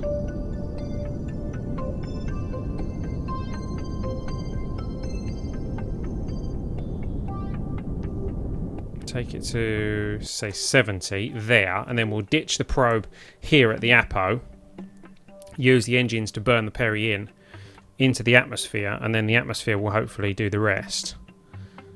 So let's see how that goes, shall we? This is still working as a relay, which is fantastic. Let's get this out, even though I'm not sure that we actually need to, but there we go. We're in a bit of an eclipse, actually, so that... Hurricane Gaston. Okay, fair enough.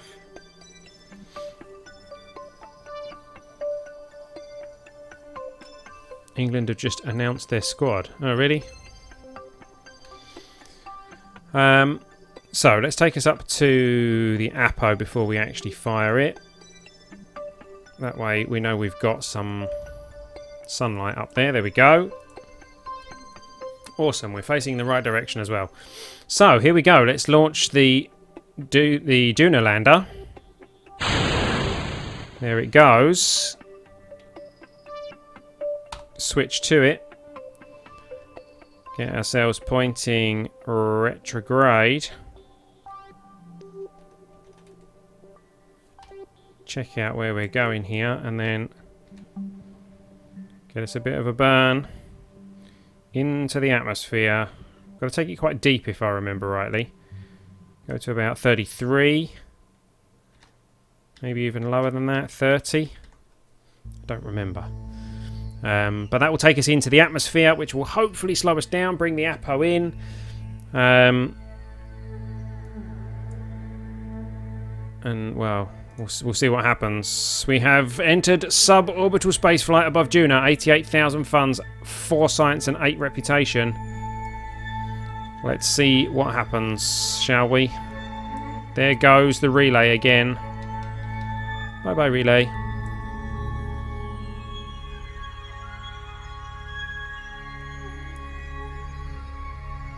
Don't have a huge amount of fuel, so let's just hope that we get this right. Here we go.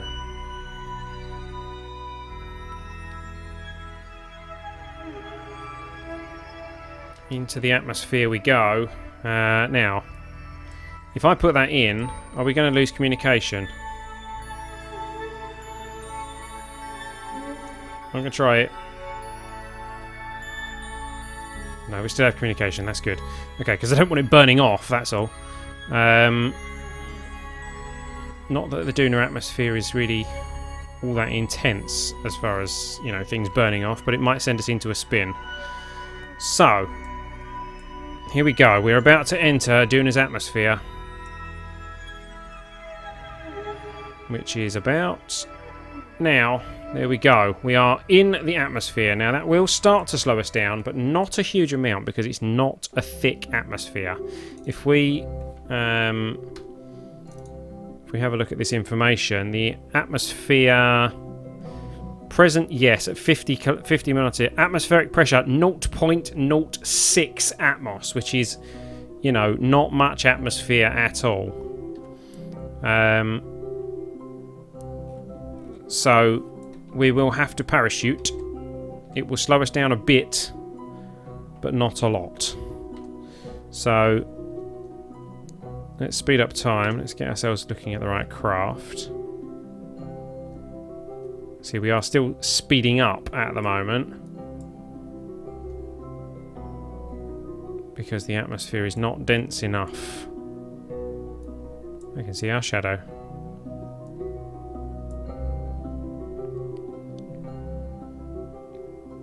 Okay, so it is slowing us down at this point.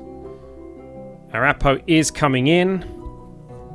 Have I played Forza 4? I have not played Forza 4. LMP Dragon, I'm pretty sure you probably have.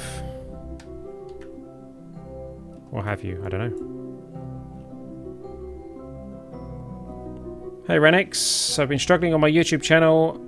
It'd make my day if you'd subscribe. Well, okay. I don't normally allow channel adverts in my stream. Bit late for that now. My face is so red. Yeah, the reflection from the screen.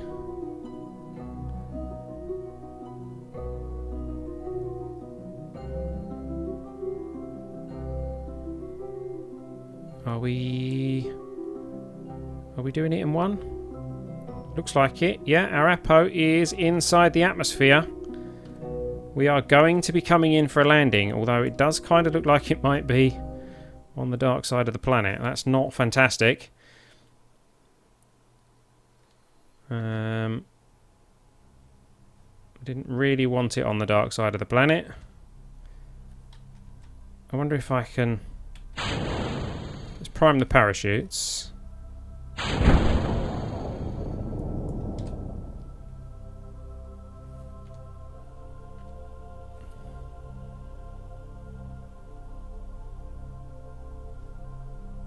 What have we got here?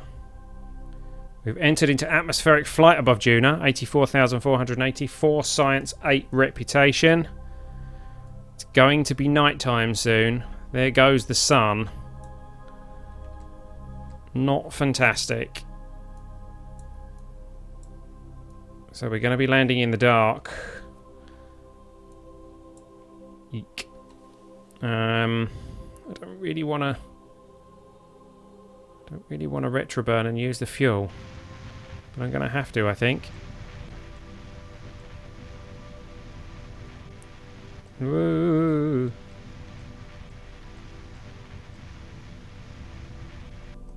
No, this thing's wobbling around like anything, and we are using lots of fuel, which is not having a huge amount of effect. We're coming down. I really hope the parachutes pop.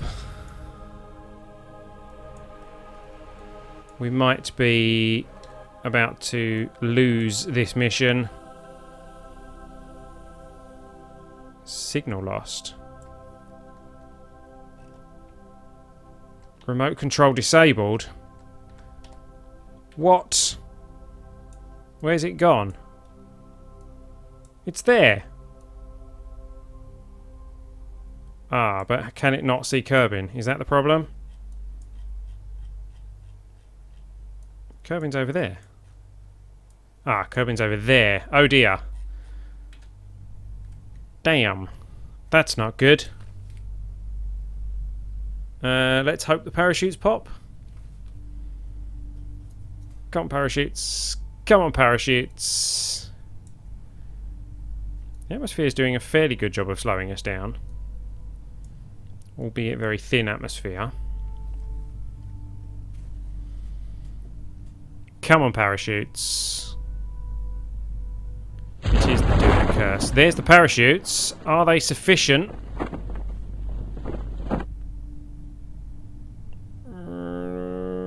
I'm going to guess at no.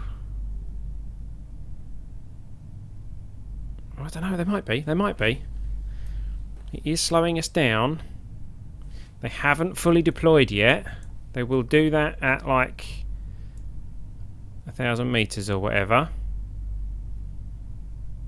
The SAS is holding us at a bit of a strange angle, which is a shame.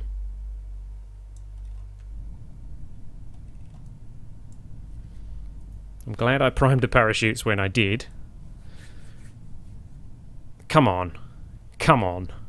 I have absolutely no control. I can't do anything at this stage. I'm going to drink some of my beer though.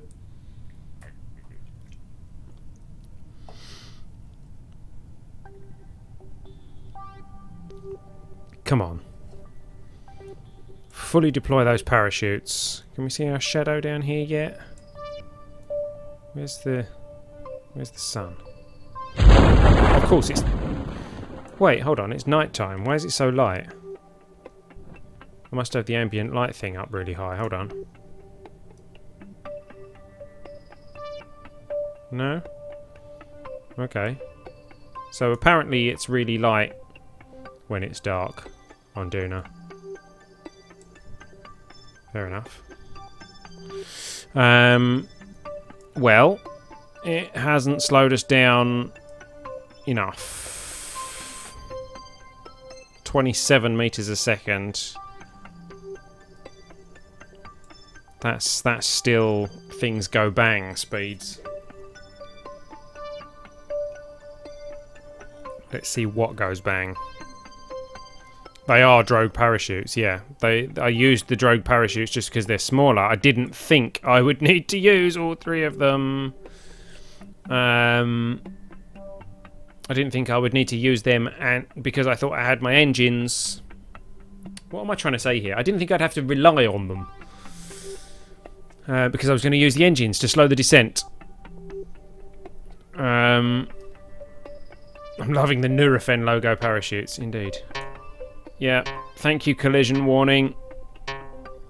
Come on, something survive! Something survived! What survived?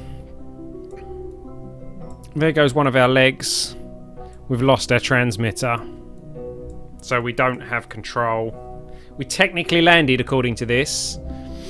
105,000 funds, 5 science and 10 reputation for landing, and we got another 150,000 and 6 reputation for landing.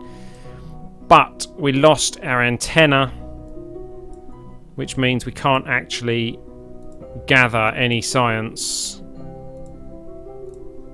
because we don't have any communications.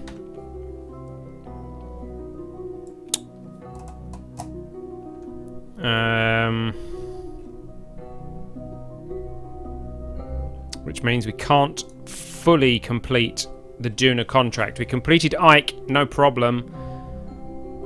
We didn't transmit or recover any scientific data from space around Duna either. Okay, well we can do that, but we can't transmit the science from...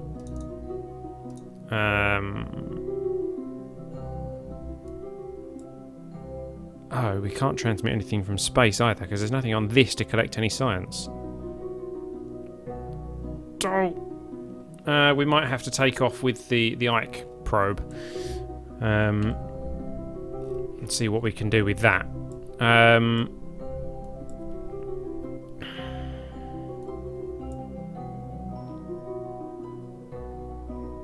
Oh well. Let's switch to this one. I drank expired orange juice by accident and it tasted like an alcoholic colada. Okay. Oh look, there's that ring again. Hello ring. Ring ring. There we go. Right. Now, we don't have control over this anymore. This is literally just a rebroadcasting station now. Which actually means that was quite a stupid maneuver. But at least it will mean that we have some communication. There you go. Signals back to S06E11-1. If we put it round here.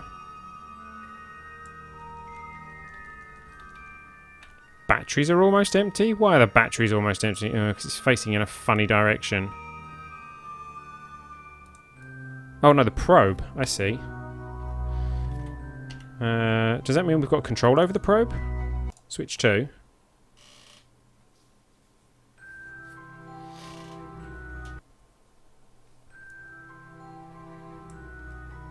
We have control at the moment. The batteries are about to die though. Could we possibly take off? I don't think this has got an alternator. I don't think this engine has an alternator. So it won't actually generate power as we take off. Let's retract that. So we need Ike to be in daylight. So let's try. Let's speed things up. Let's bring Ike into daylight.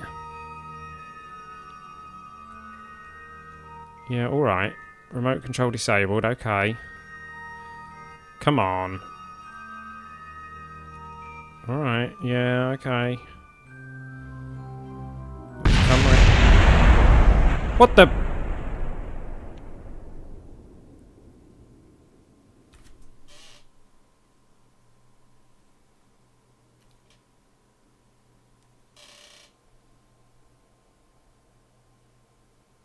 Oh look, S06E11 probe signals back. Great. It blew up. It blew up. For no reason.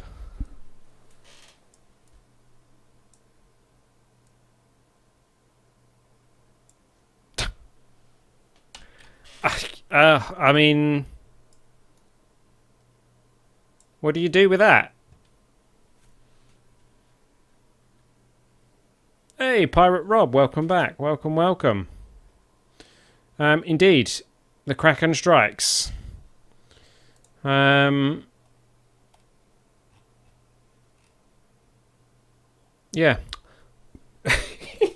Probe crashed into Ike.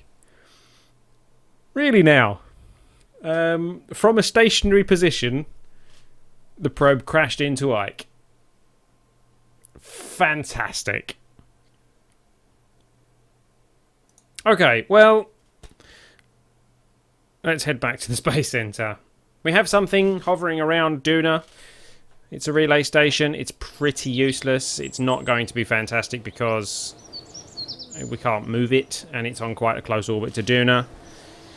However, we do have 887.9 science and 3 million funds. And what's that? 60 reputation, which is not bad. 3 million funds. I'm pretty sure that means that we can upgrade the research and development center. Doink. Oh, and accidentally click on the VAB at the same time. And a ring. Yes, indeed, there is a ring in orbit. Probably 2. Well, you know what they say. If you like it, then you should have put a ring in orbit.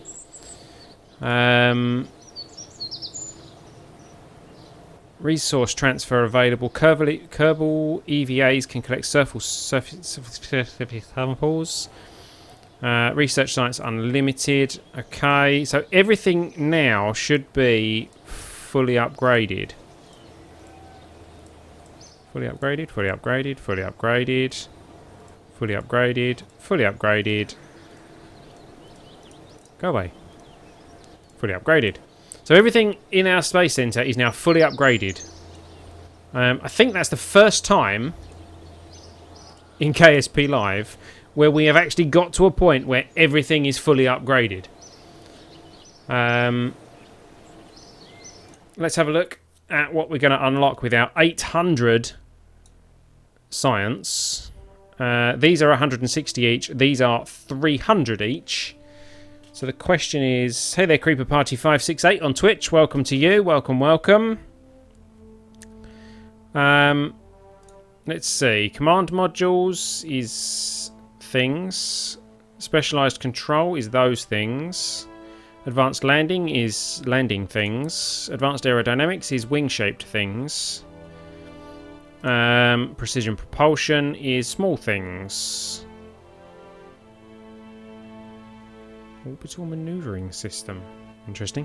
Up here we have very heavy rocketry for 550, which includes all sorts of weird stuff. We have the large volume containment, which is tanks and things.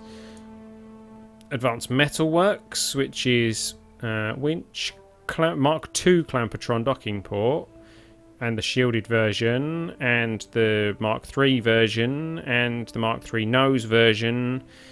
Base separator, K&K corridor, modular girder segments, stack separator, shielded docking port. Right, okay, so that's all that stuff. Composites, the little goo containment thing, the two-ended corridor, harpoon. K&K garage with side door. Garage front, garage cover. Structural panels, they make for some interesting stuff. The structural beams, the inline clampotron. High altitude flight is the new cockpits and things for high altitude flight. The supersonic intake. Ooh, supersonic intake. Adjustable ramp intake. Adjustable ramp intake, okay.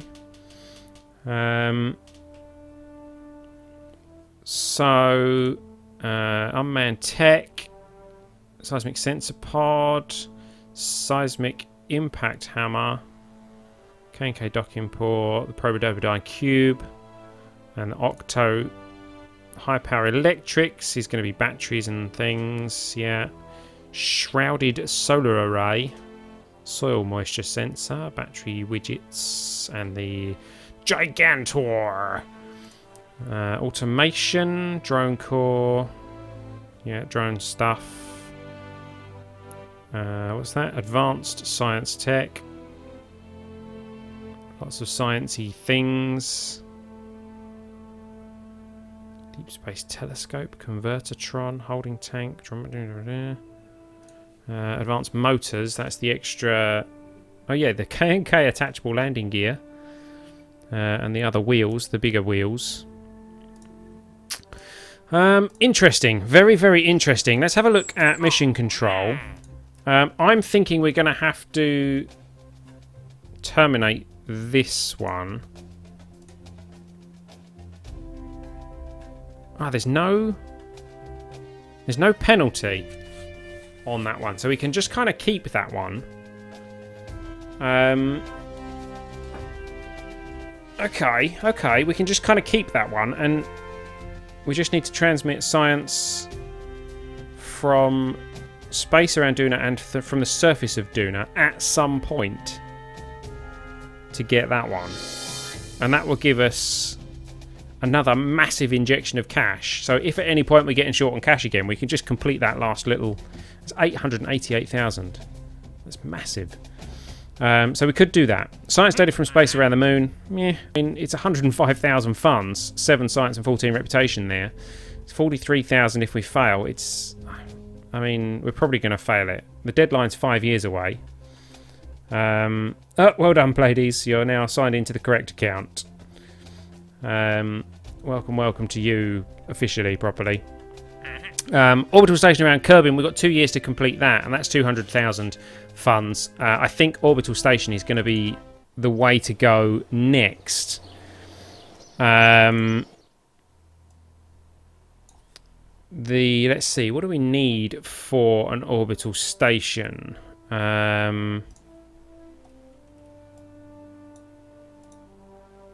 Advanced metalworks, docking ports and things might be a good idea. Make sure we've got all the docking ports and things. High altitude flight. See, we could kind of do it with a probe, with a space plane. Advanced aerodynamics. I mean, what's that? It's 300 and 160. Better wheels and things. Specialised control would be the RCS. Actually, RCS would be a good idea if we're doing a station. And the command modules would also be a good idea if we had the station. That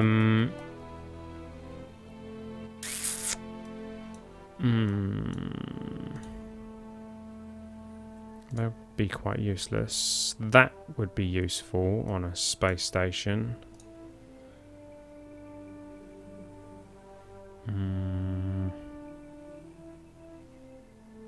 Separatron. Why is the Separatron right up there? Let's see. I think high altitude flight is probably going to be a fun one to unlock anyway, because it gives us all the new cockpits and things. We can play around with some aeroplanes. Gives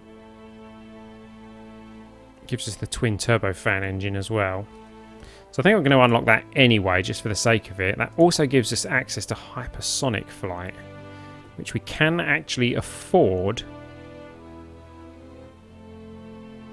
The Aerospike rocket. Lots and lots of very, very cool engines. I think we might have to wait for those though. More wings and things would be great. Wing root chine adapter. Pegasus VTOL engine, yeah. Saddle tank. Shoulder mount.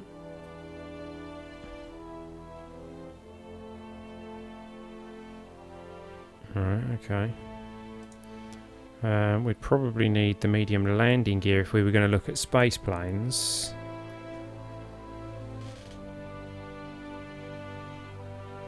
Now it's an account that belongs to a random teen addicted to 1980s music instead of a 60-year-old ex-marine. Okay. Okay.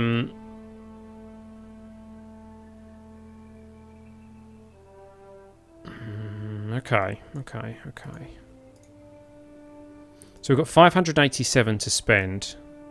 160, 320. That would be 640 for 4 of those. So we can't afford 4. We can probably do 3 of those, can't we? Yeah. Yeah. So, I mean, planetary cupola. We're not doing anything planetary, but that is the cupola module, which would be good for a space station. Lander can. They're going to be useful for a space station. Let's unlock those. And let's unlock the wheels, because wheels are always a pain.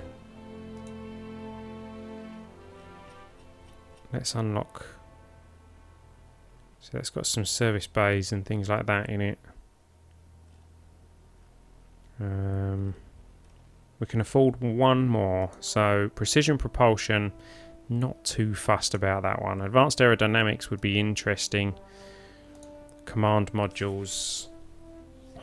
Gives us a 2.5 meter service bay. And the cupola. If we're doing a space station, the service bay might be a good idea.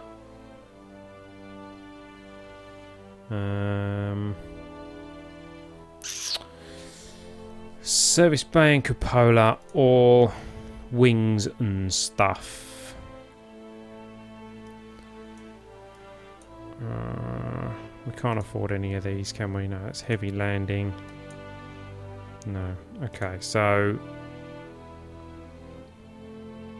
I'm going to go for the command modules. There we go. Okay, so 107 science left. 2 million funds, 2.2 million funds left. And we still have the mission to launch a space station around Kerbin. That will be our mission next week, and it will be next week. It will be next Saturday, back to our normal time for next week. Next week we will do a space station. Let's have a quick look at the parts that were just unlocked. An orbital station.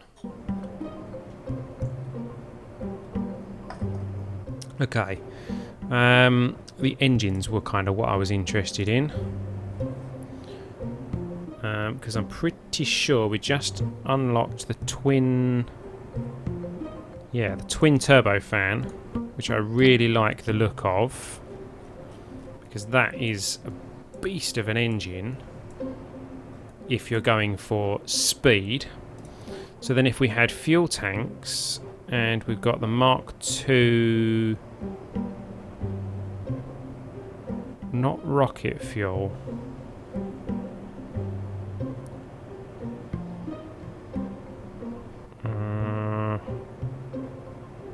800 liquid fuel, Mark II to 1.25 adapter. Alright, actually I can do that. And then switch it to just liquid fuel. Okay. That's just liquid fuel anyway in that one. Why was it empty? Interesting. And then we could do something like monopropellant. We don't really need to though, do we? Has that got air intakes on it?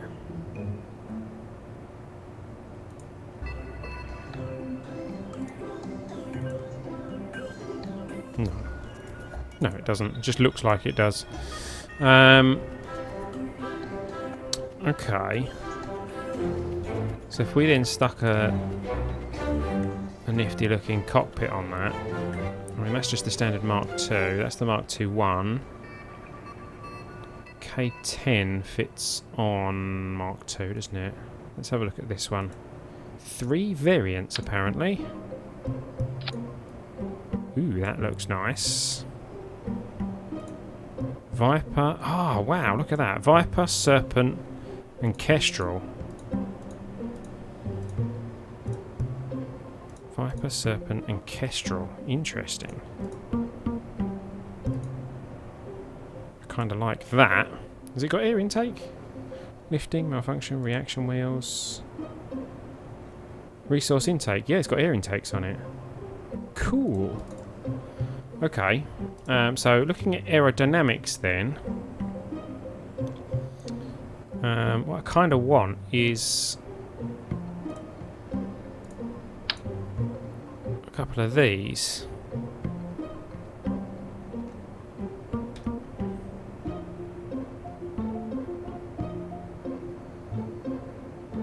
Where's the...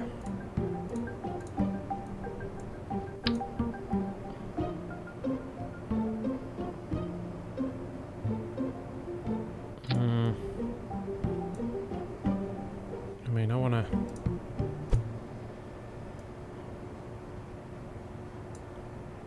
that, but I want them... There we go, that's better.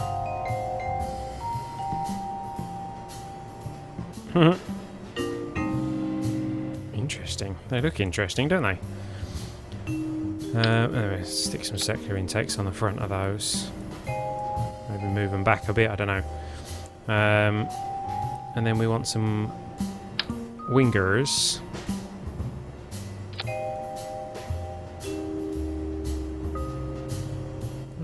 Okay, that...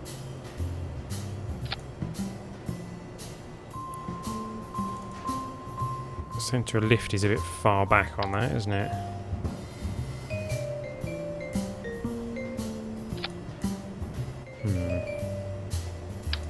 How about... Oops.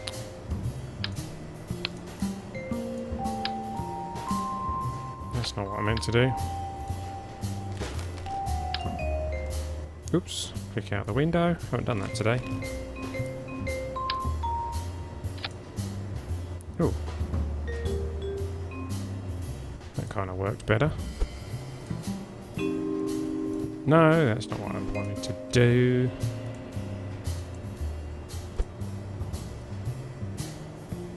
There we go. Centre of lift behind the centre of gravity.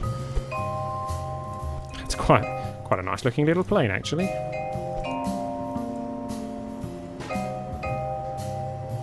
Stick some wheels on it. The centre of gravity's there, so we need the wheels back a bit further than that, don't we? We got anything that we can kind of just stick on the back of there just to make it a bit longer without making it heavier?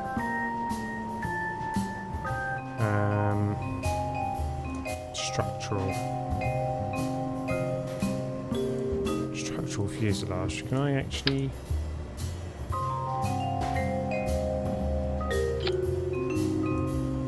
It's not really what I had in mind.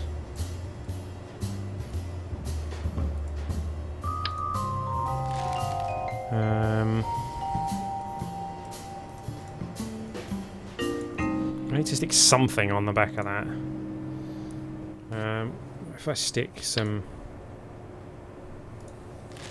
other engines, if I stick some other engines on there, such as, where are they? Why can't I see them? That's the turbofan. Is that the ones that have got the afterburner on them? Have we not actually used them yet? Oh no, they're big. That's big engine. Basic. That's the Weasley turbofan. Where's the one that had the single one that had the afterburner on it? Or is that one?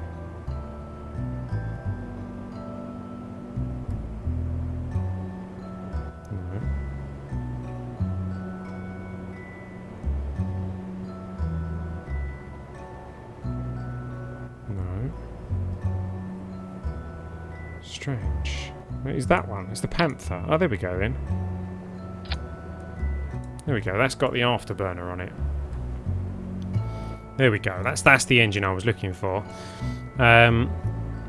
So that's got the afterburner. Where's the one that we've put on, the dual one? Placeholder. Okay. Looking good. Looking good. So now we need wheels. Small. Can probably do it with small, can't I?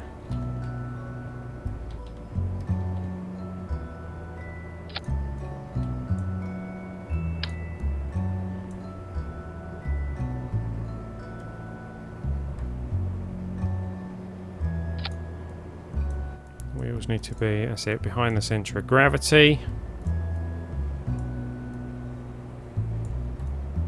That's not a bad looking little craft. I wonder how it flies. I wonder if it flies. Do we have a Mark II probe core yet? I don't think we do we?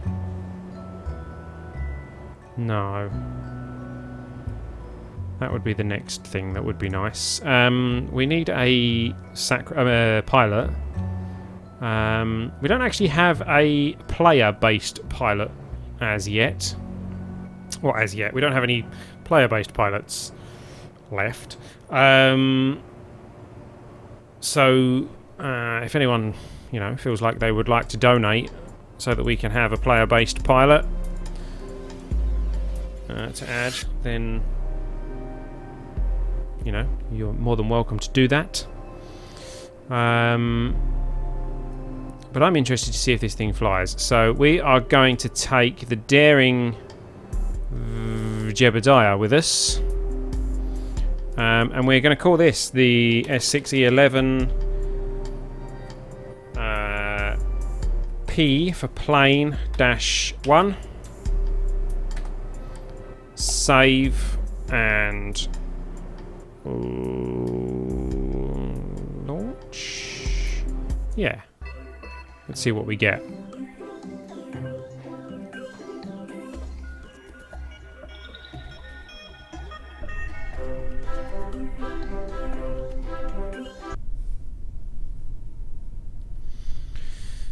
Okay, we are on the runway. Let's put the brakes on. Thank you. Let's put the lights on. Lovely. Didn't bring any batteries or, solar panels or anything. Never mind. SAS is going on. throttle can go to 100%. Hello there, Must-to-West. It is a Sunday stream. It's yesterday's stream, about 24 hours late. We'll be back to Saturdays for next week. Yeah, join us next Saturday. We're just going to test this little aircraft out to use up some time. I haven't actually put any tail or any elevators on it.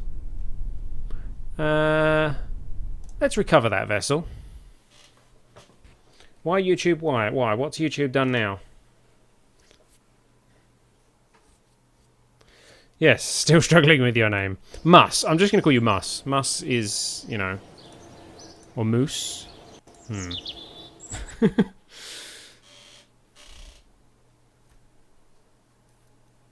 Ellitopia Gaming. Butchering viewers' names since 2014. Right, we're going to need a tail, aren't we? Let's have a tail on this aeroplane.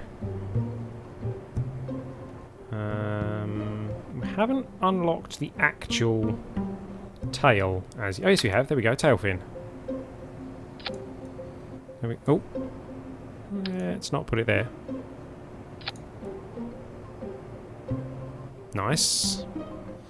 And yes, some elevators would probably be a good idea. What have we got? That's their wing connectors. Did I not unlock any more elevators? Heat shields, tail connectors, wing strikes, nose cap. No, so it's just these elevons. Let's go like so. That's the wrong button. That's... There we go.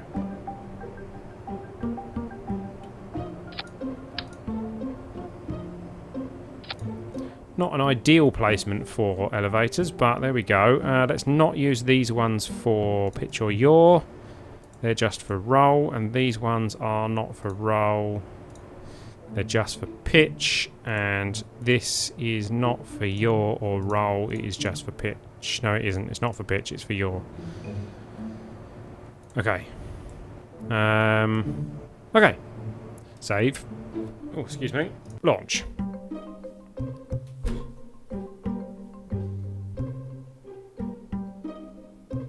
The title of this episode is Duna Fails Again. Indeed. Well, I mean, it wasn't really a fail. It was a fail. But it was, you know, less successful than we would have liked. SAS is on. Throttle is up. Let's put the lights on. And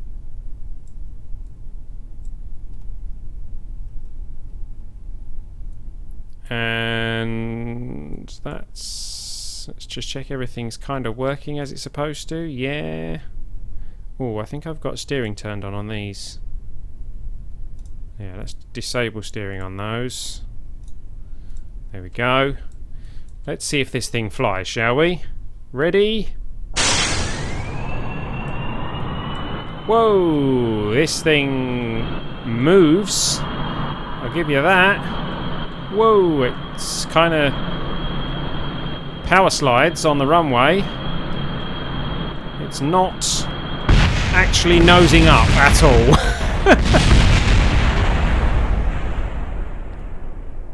And yet, Jebediah survives. Check that out. Okay. Recover the vessel. So, it moves. Doesn't fly. So we're going to need some extra wings or something, I guess. How do we kind of... What do we got? Awarded for 5 or more missions. Awarded for any collision while in a vessel, even if that collision is with the floor. Done. Oh, I didn't recover the vessel. Okay, recover.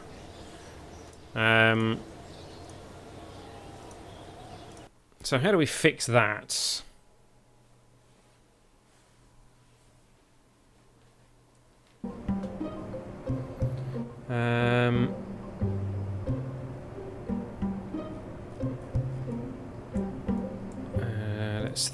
Let's think. So aerodynamics, centre of... That's it. So that all looks good. Centre of thrust is all going to be in the right place. We just need more up. That's, you know, that's the technical term for it. What if we put some scaled down winglets on the top here? Let's scale that down a little bit, just to give us a little bit of lift on the nose. So that we can actually get up. And we'll say no roll, no yaw. Let's put those so that they can give us pitch. And let's save that and launch that and see if that makes the difference.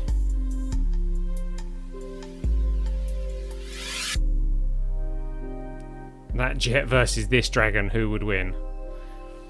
Do you explode? If not, the jet wins.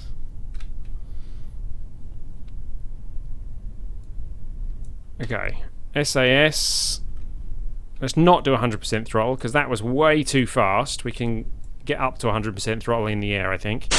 Let's activate the engines. We're away. That's a much more sensible acceleration speed. Can we up? Whoa!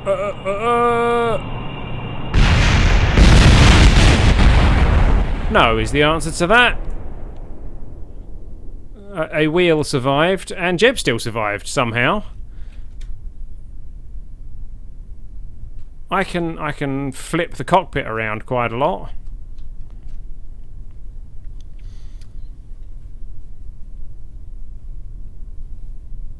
Reviews. Can you do plain reviews on video?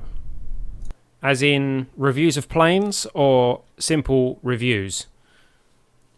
Reviews of games and things. Is that what you kind of mean? Because actually that is kind of something that I'm toying with.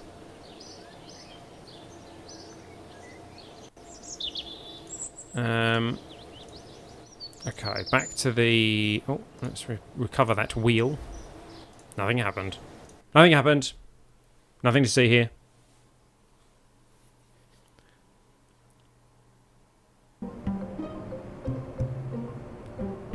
Review videos of video of plane reviews. So you'd like to see me review planes, as in Kerbal Space Program planes. Interesting idea. How do we get this thing to go, you know, up? Am I just going to have to make those bigger?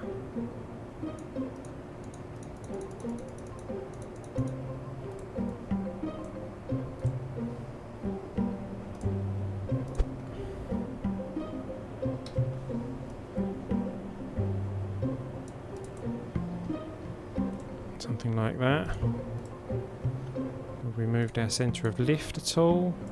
Yeah, a bit. More fins for stabilisation.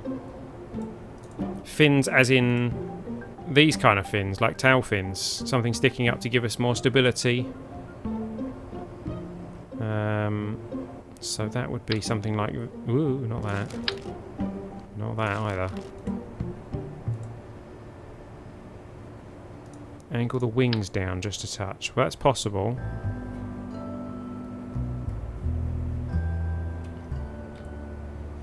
Why are they so big? I'm sure they used to be smaller. Ah, there's the smaller ones, right.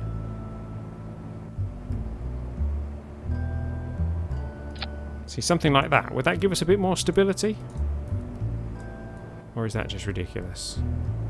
Let's pull our centre of lift up a little bit. I mean, I could put them underneath as well, thinking about it, couldn't I? And that would bring the centre of lift back down again, wouldn't it?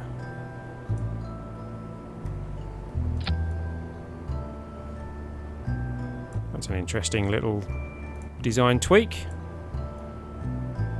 I quite like that.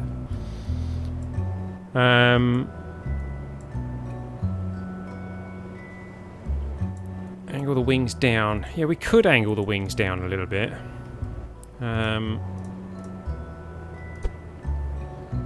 Do it just a touch. Like that. I mean, I don't want them, you know, hitting the floor or anything. Something like that.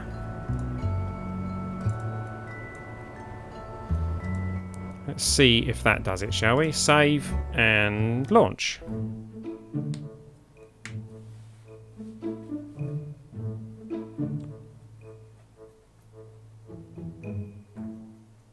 Before you take off, play Teriyaki Boys Tokyo Drift. I'm in the other axis. The other axis?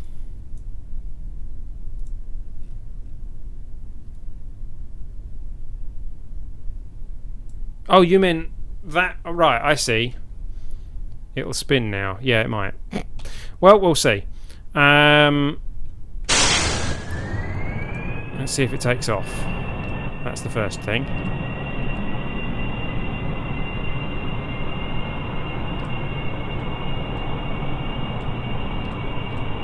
God, yeah, it's really sensitive.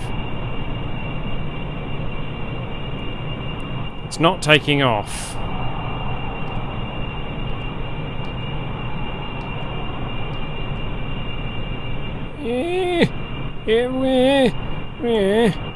Well, we're off the ground. We're not going up. I go up if I do that.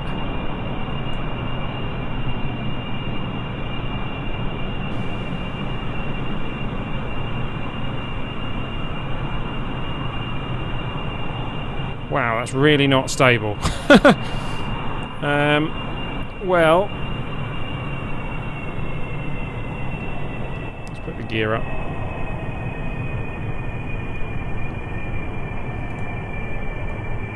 It's in the air. I have very little control. If I let go of the controls, the nose is going to dip, yeah. I have no control. This is going to crash.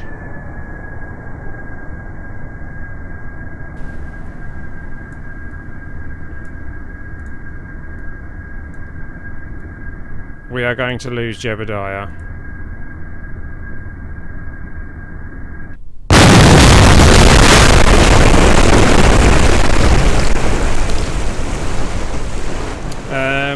Right. So we have lost Jebediah. I don't appear to be able to. Oh look, our parts are sinking to the bottom of the sea. Space Center.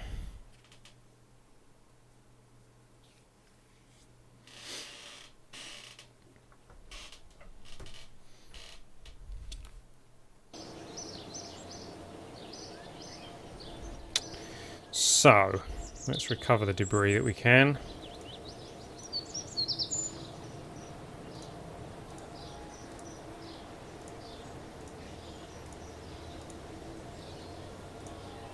And let's check out this, because we need to give Jebediah his Intersidera badge.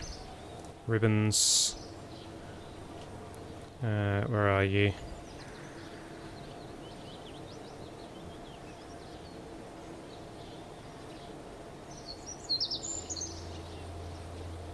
Where is it? I actually thought it was right at the top, but...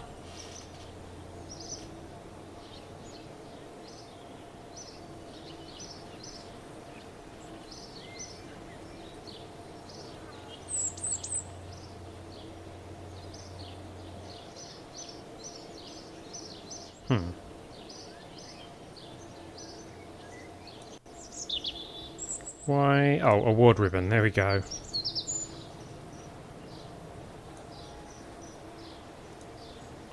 There we go. Intersidera. For our fallen Kerbals. He's got quite a lot of badges. Quite a few ribbons there. He shall be well remembered.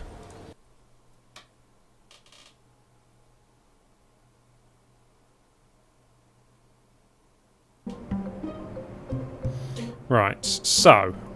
Yes, I do kind of know what you mean as far as the angle is concerned. What you mean is not that way, but that way. Which would indeed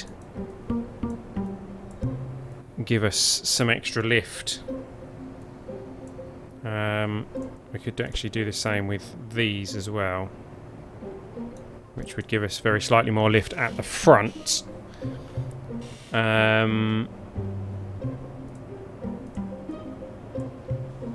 These are way too strong for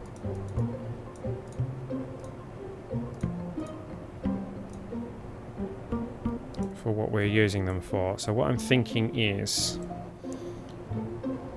take them off pitch.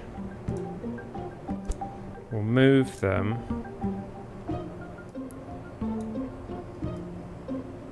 There we go. So we'll still have the roll. Likewise, we'll move that, but we'll actually scale them. Oops. Give me my cursor back. Hello, can I have my cursor back, please? No? There we go, right. So if I make them bigger,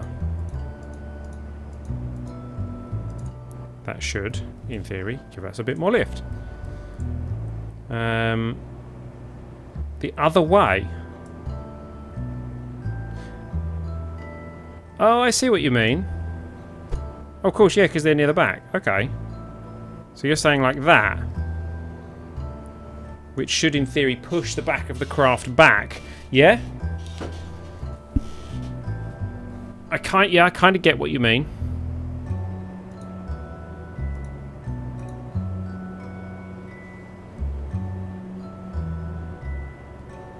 Because it's behind the centre of gravity, that might work.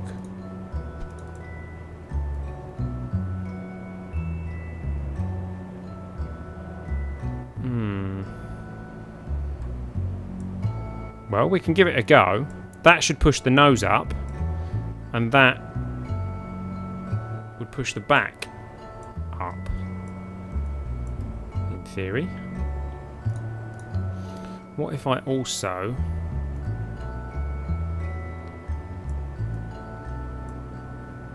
add something across here to give us a bit more lift? I don't know.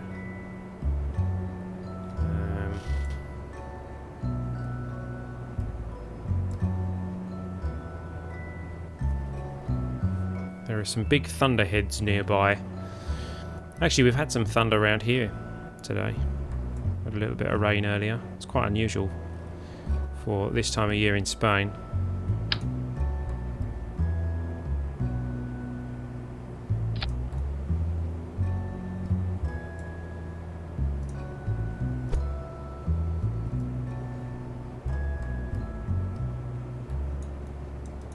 Yeah, that doesn't really work, does it? Not much I can do with that one. Let me restate, I'm not a rocket scientist. Indeed. I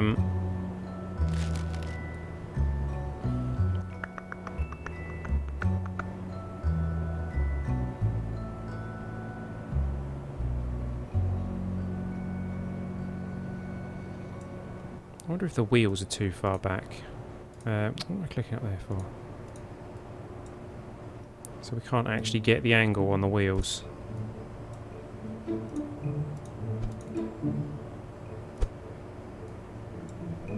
It's possible, isn't it? Because they are quite a way back.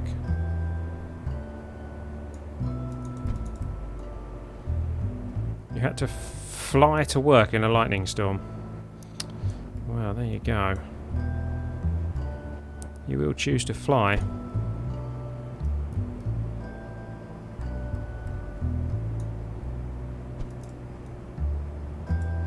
Okay, let's save that. We need a new pilot, don't we? So let's take Valentina with us this time.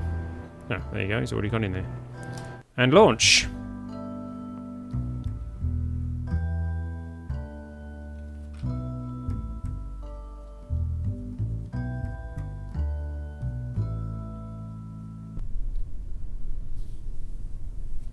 Let's see what happens.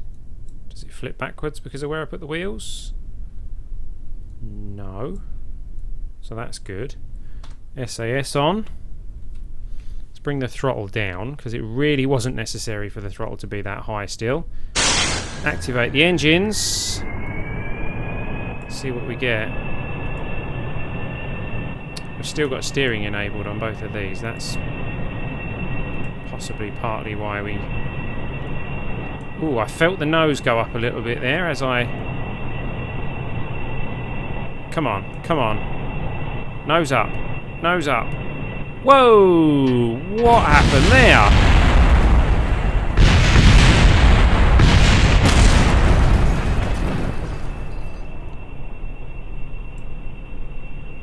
I'm pretty sure I hit the throttle to cut the engines.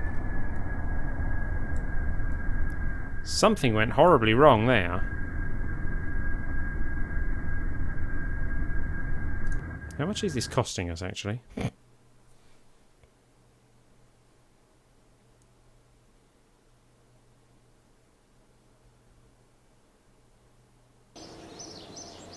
Evening, Peter Jensen. Or Jensen. Welcome, welcome. It's cost us a fair bit doing these tests, actually. Why did that suddenly spin off? I don't understand. It just went... whoosh. Something must have given way. One of the wheels, or... I don't know. That really needs to be disable steering. Yeah. 2330, I think it's probably that here now. Yep, 2330. I don't understand why this thing won't fly.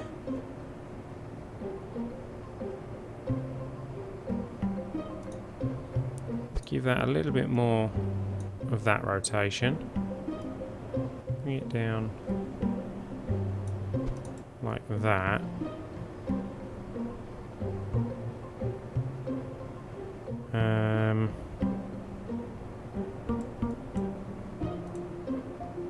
Rotate that more.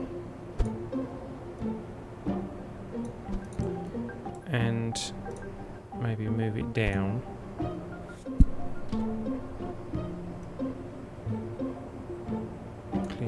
Clears the these, they're not actually real air intakes actually, those, are they? There we go.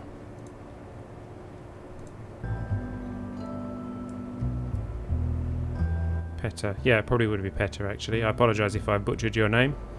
But good evening to you and welcome, welcome.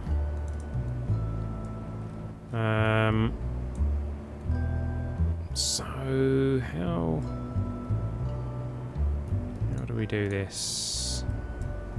We're actually getting into the regions of the centre of lift not being in the right place now, so I'm just going to move that back a little bit.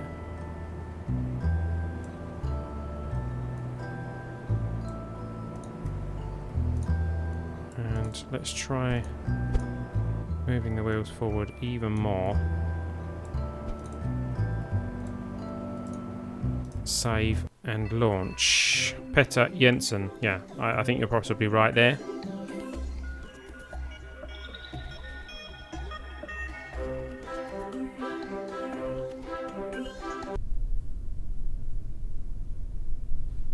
Please don't flip backwards. No. Ooh, almost. Okay. SAS on. Throttle down. And let's see what we get.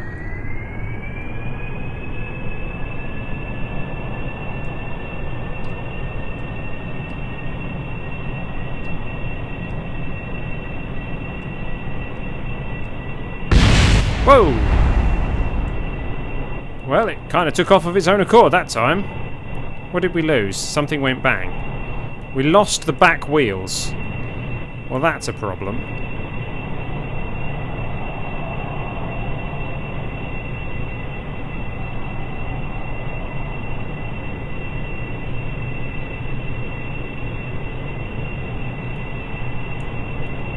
Why does doing that put me in a spin? Ah, because one... No. Whoa! Help!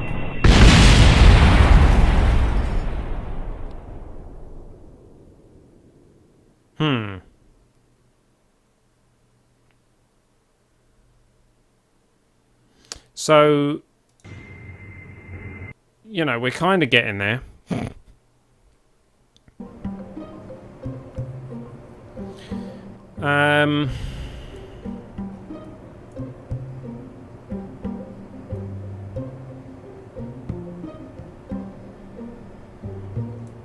Let's see. We are rapidly running out of Kerbals, indeed. Why did that go into a weird spin? I think this is probably too rotatey now. That's probably why our nose went up so easily. And possibly this is as well. Let's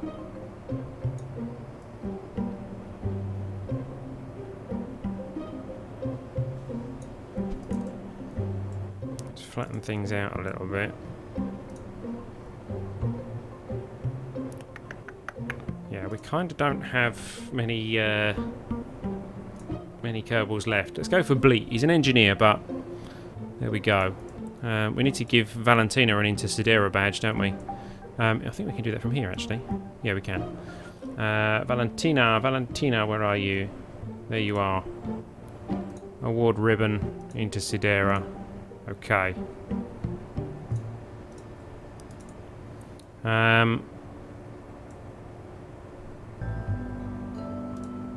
Let's try that one.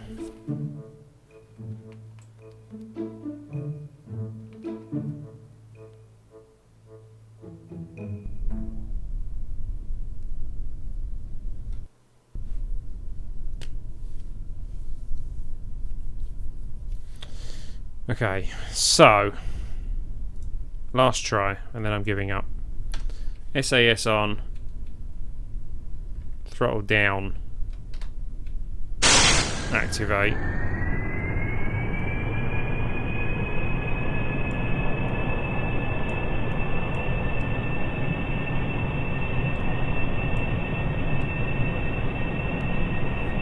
No hands. I'm not lifting up at all. I am going to correct the angle though, because we are going off the runway. Oh, it's done that again. Well, it took off.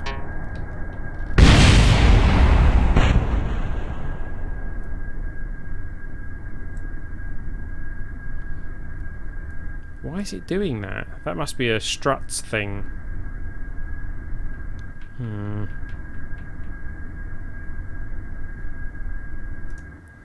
I think the problem might be struts. We might need to strut it. It's bending under the stresses or something like that. That might be our problem. But I've had enough of playing with aeroplanes for today. We'll come back to that one. Oh, Bleak got some badges. Completed a mission as an engineer. Awarded for landing on Kerbin. Technically, he landed. And awarded for any collision. There we go. And he got XP. Okay. So the Duna mission was relatively successful.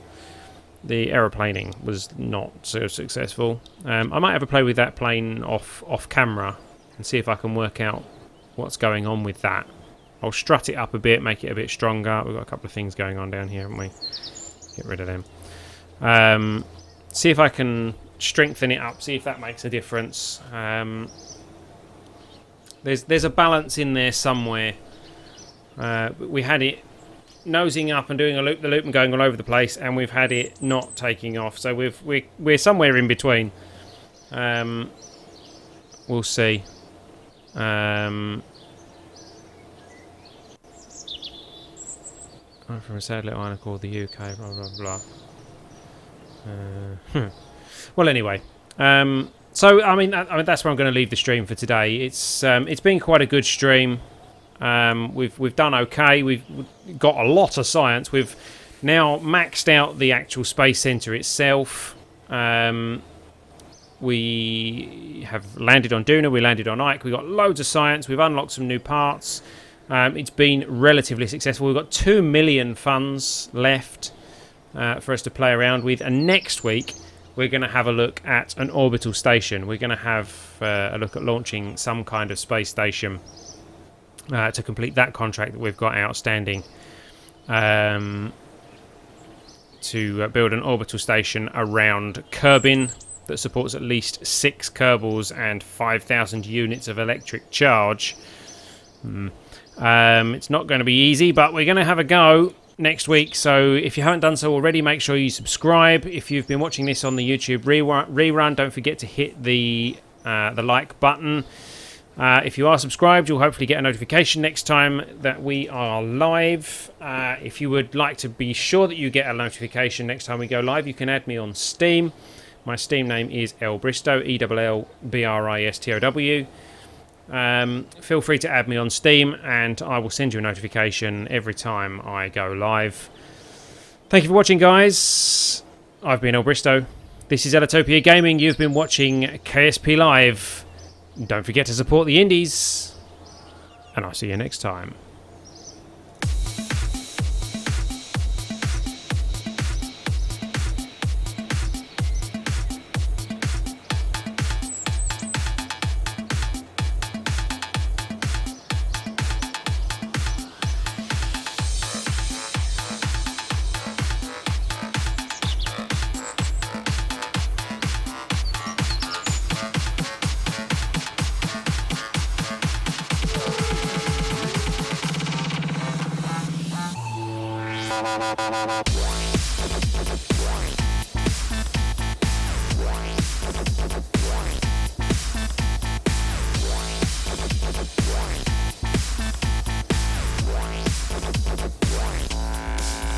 You